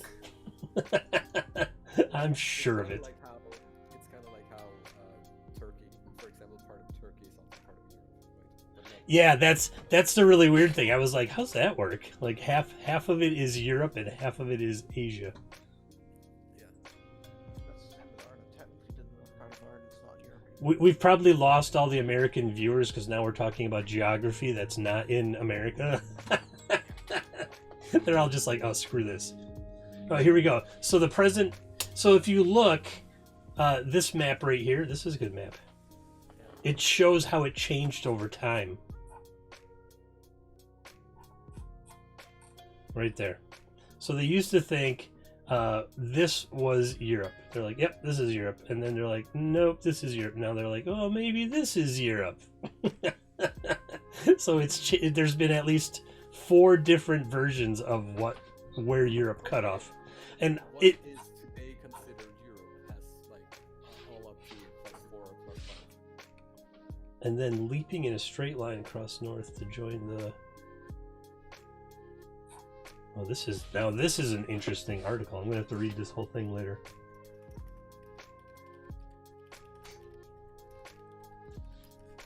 Here, during the Cold War, however, the opposite tendency triumphed more often. All of the Soviet Union, including Vilnius, Riga, and other cities that today lie within the European Union, were excluded from Europe entirely.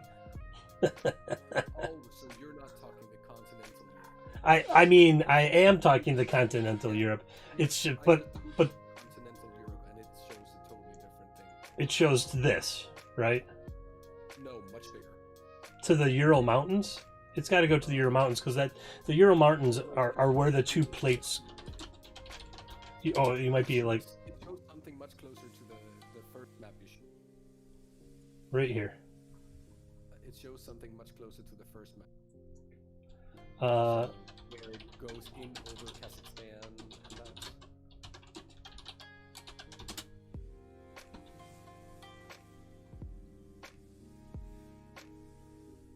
Oh, there's a nice picture of the plates. Yeah, that's what I was looking at. But I want the separation there. They've got If you look at the second one, if you look at the second, this one, that low, this one. yeah. Yeah, but that's now all the plates mashed together. That's the Eurasian plate. But at where the mountain range is where the 2 plates crash together. That's how the Himalayas were born. The Indian subcontinent crashes into Asia. Hey, you're getting a science lesson on all the RPGs today too. Oh, here we go. Let's see if this one separates them. No, they're still calling it the Eurasian plate at that point. But yeah, large mountain ranges are usually here we go. Yeah, so like what we generally consider Europe, Right. like a big chunk of Russia. So like when you're talking about what is within Europe or not. Well, big chunk. I don't know if you can say that compared to how big Russia is. You know what I mean? Oh, I have friends from Prague that took the train across Russia. Yeah, it's like 12 time zones.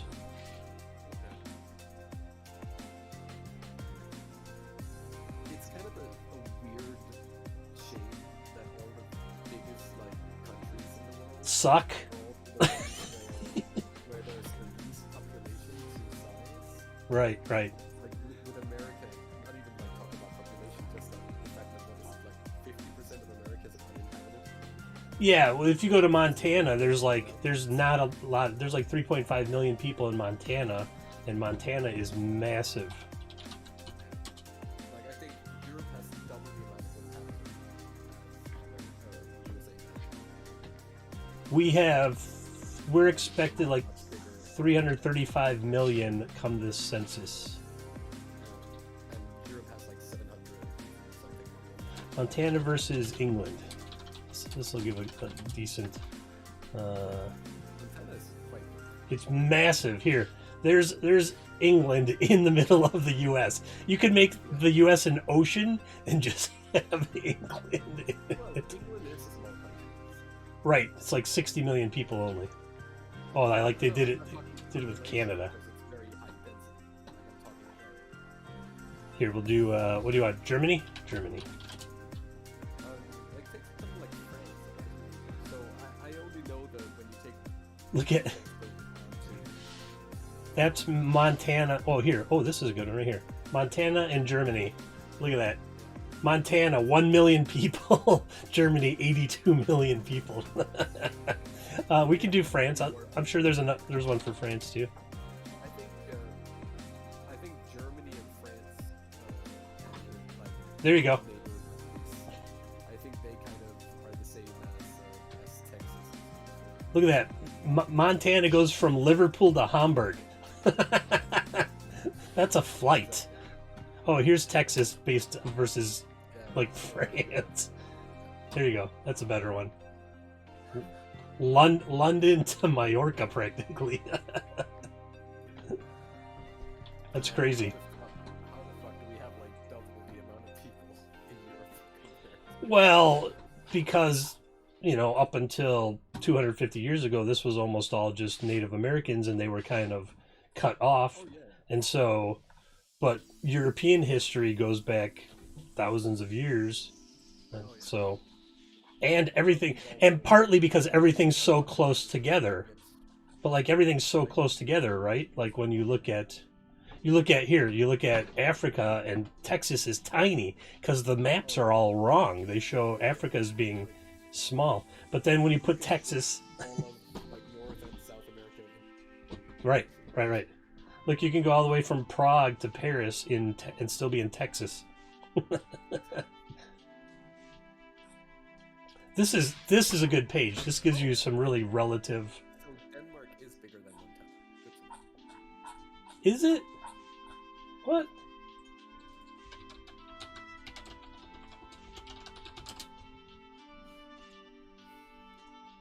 Oh, not videos, images. I don't think so. Denmark is bigger. No way. Look at this map. You know Greenland is Denmark, right? But now, I'm just kidding. Greenland's like its own continent. Practically, it's so big. Yeah, exactly. We're still laughing at Trump for the fucking. Oh, he's so dumb. Oh, he's so dumb. A journalist in Denmark who actually wrote a letter. I'm sure Trump never got the letter. He actually did write a letter satirical about how he would try to talk to the Danish government about if America offered up California, we could trade. Yeah. Like just to make it even more ridiculous. Here, there's Greenland versus the U.S. It goes from the Gulf of Mexico to Canada in size. How small would Ireland be? Like Ireland is smaller than mainland Denmark. Seems like I think Or at least like around the same size. It's a little bit. Here you go. Now, it's slightly larger than Indiana. But Ireland also only has like 4 million people, don't they? Oh, here you go. If you look at Ireland and Wisconsin, where I live, are about the same size. They say we drink about the same, so that's probably true. How many people live in Wisconsin? Let's see. How many are in Czechia? I think it's 10 million. Wisconsin. I always get them mixed up because Wisconsin and Czechia. I think Czechia is half the size with twice the number of people. So it's like Czechia has 10 million, Wisconsin has 5 million? I want to say 5 million. 5.8 million. And there's like 10 or 11 million in Czechia, but Czechia is half of Wisconsin.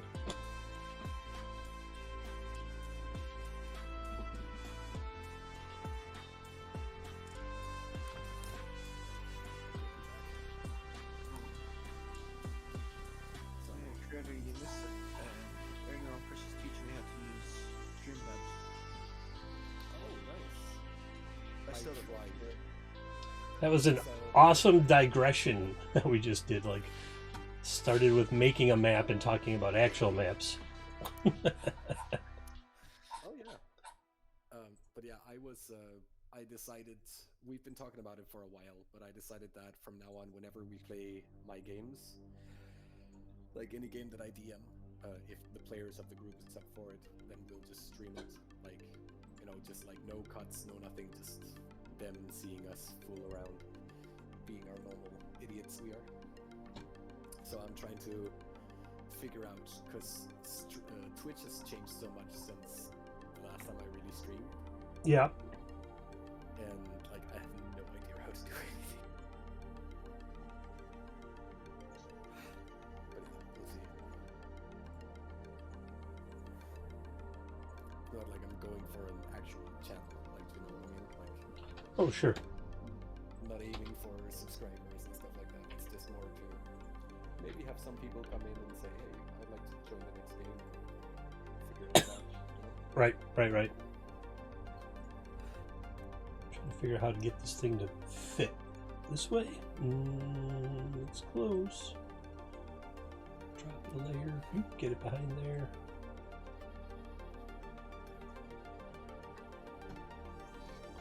I don't know what if I move this tower a little bit.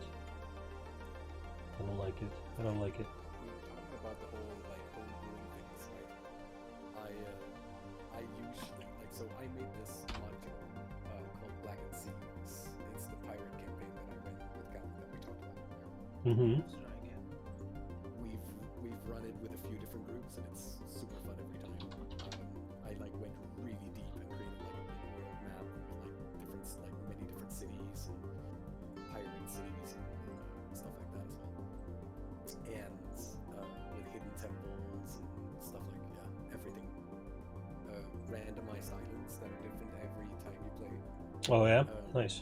And I created, like, so because they are pirates or pirate hunters, it's a game about ships, and you actually get to, if you want to, collect that armada and even try to take down either the trade company, which owns the whole region, or try to take down the pirate armada. So there had to be different ships you can buy throughout the game.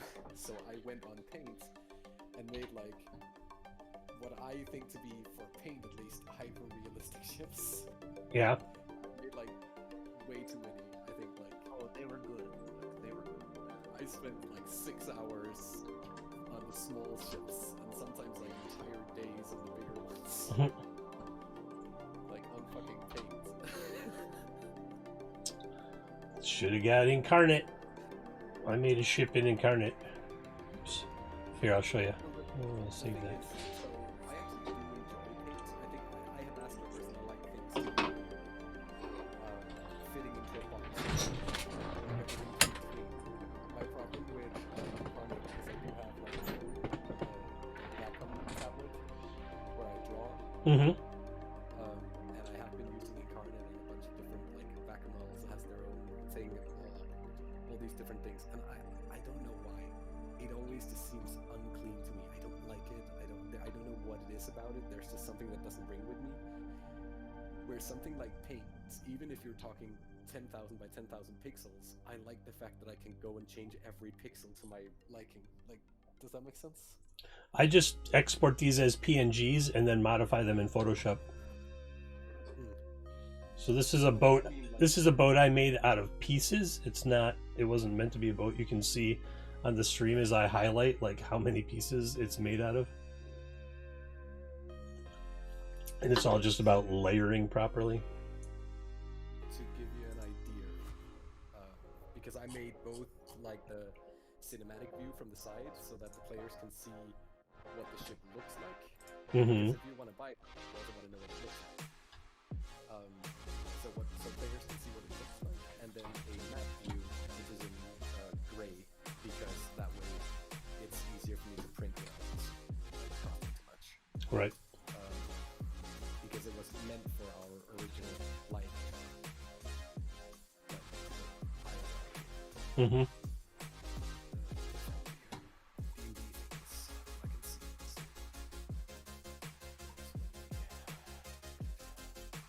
So, and I gave each of them like stat blocks and like stuff. Like came up with systems for these ships to function. I'll send them directly to you so we don't mess up your chat. Sure. You can send them in like Discord or whatever. Yeah. Oh yeah, of course. I was like, why can't I find you? Because we haven't had a like actual private message. There you go. I looks like Frodo on my stream maps. So I think this is one of the bigger ones. I can't remember. They're all named. So this is like the kind of thing where the map is like super simple. Sure. And I made it with tiles so that you know it can. If I find the art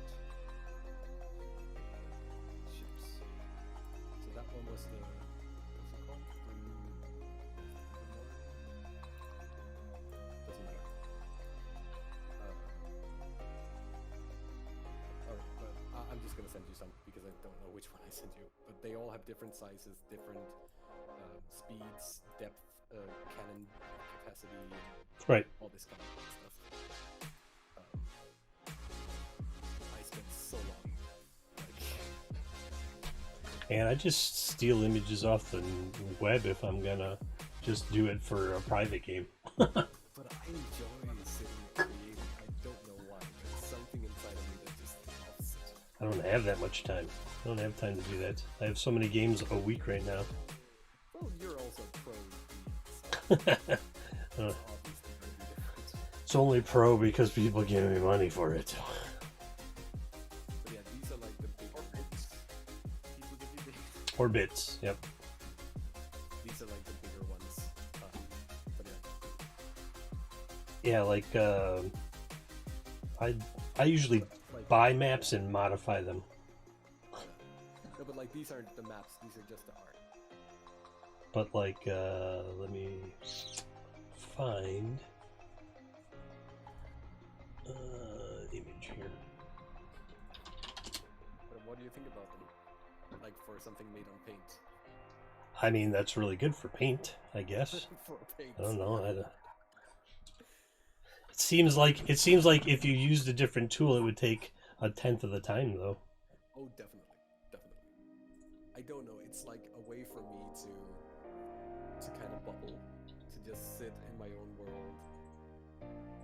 So I started making this module like way before I ever needed it. And I do that every now and again. I have a few modules I've been working on for like the last 2 years. And I think the thing is that I always wanted to make my own system in game. And I just like to sit and play with it for like hours while watching some. It's so therapeutic. Yeah, I'm no artist, so I just buy art when I can. If I'm gonna use it for something. This is one of the ship maps that we bought, and then I sunk it in Photoshop. So that's like the top level, and then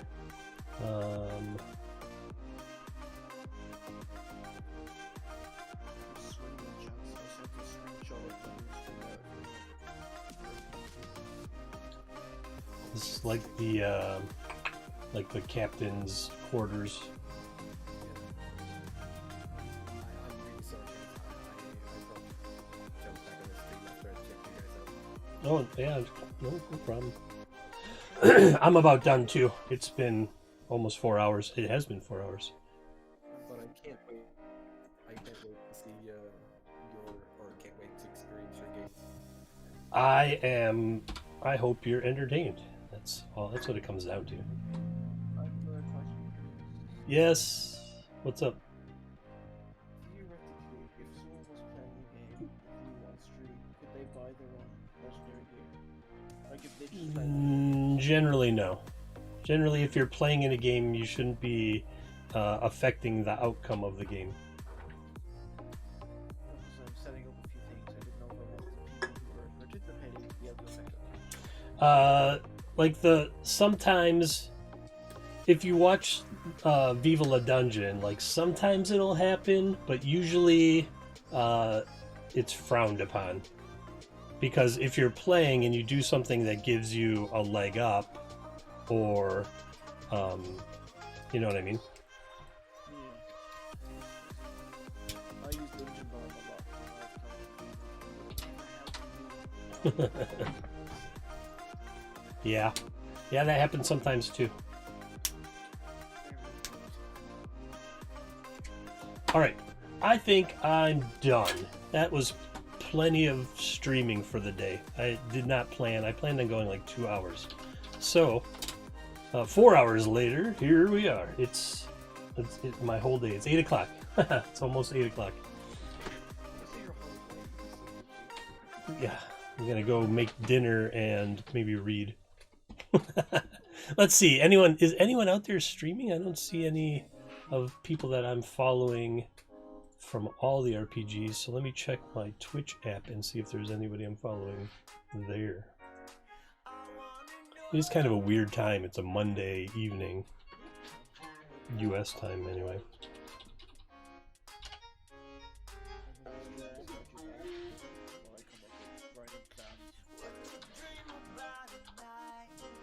For a novel? You're writing a novel?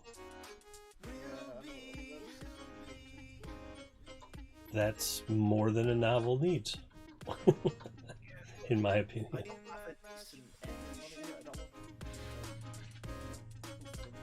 Oh, well, then you make a trilogy.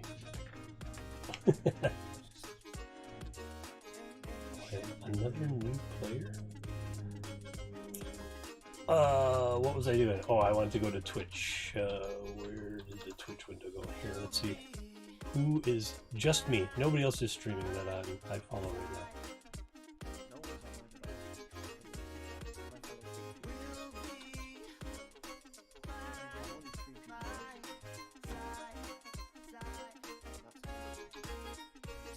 There's other lurkers. There's other lurkers.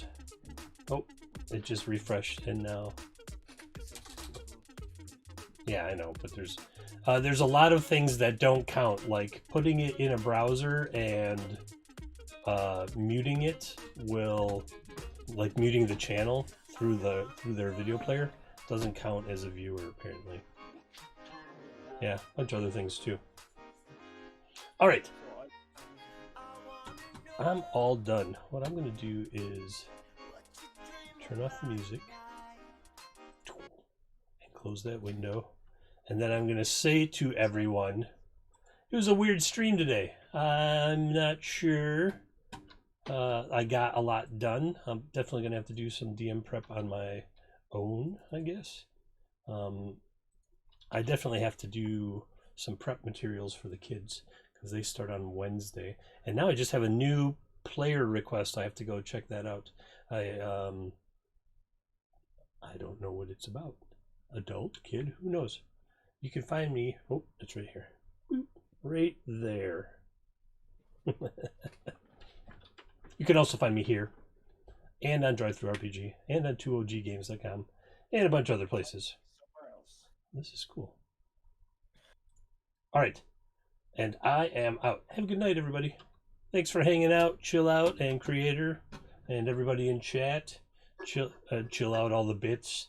Thanks for all the bits, dude. All right, I'm done. Talk to you later.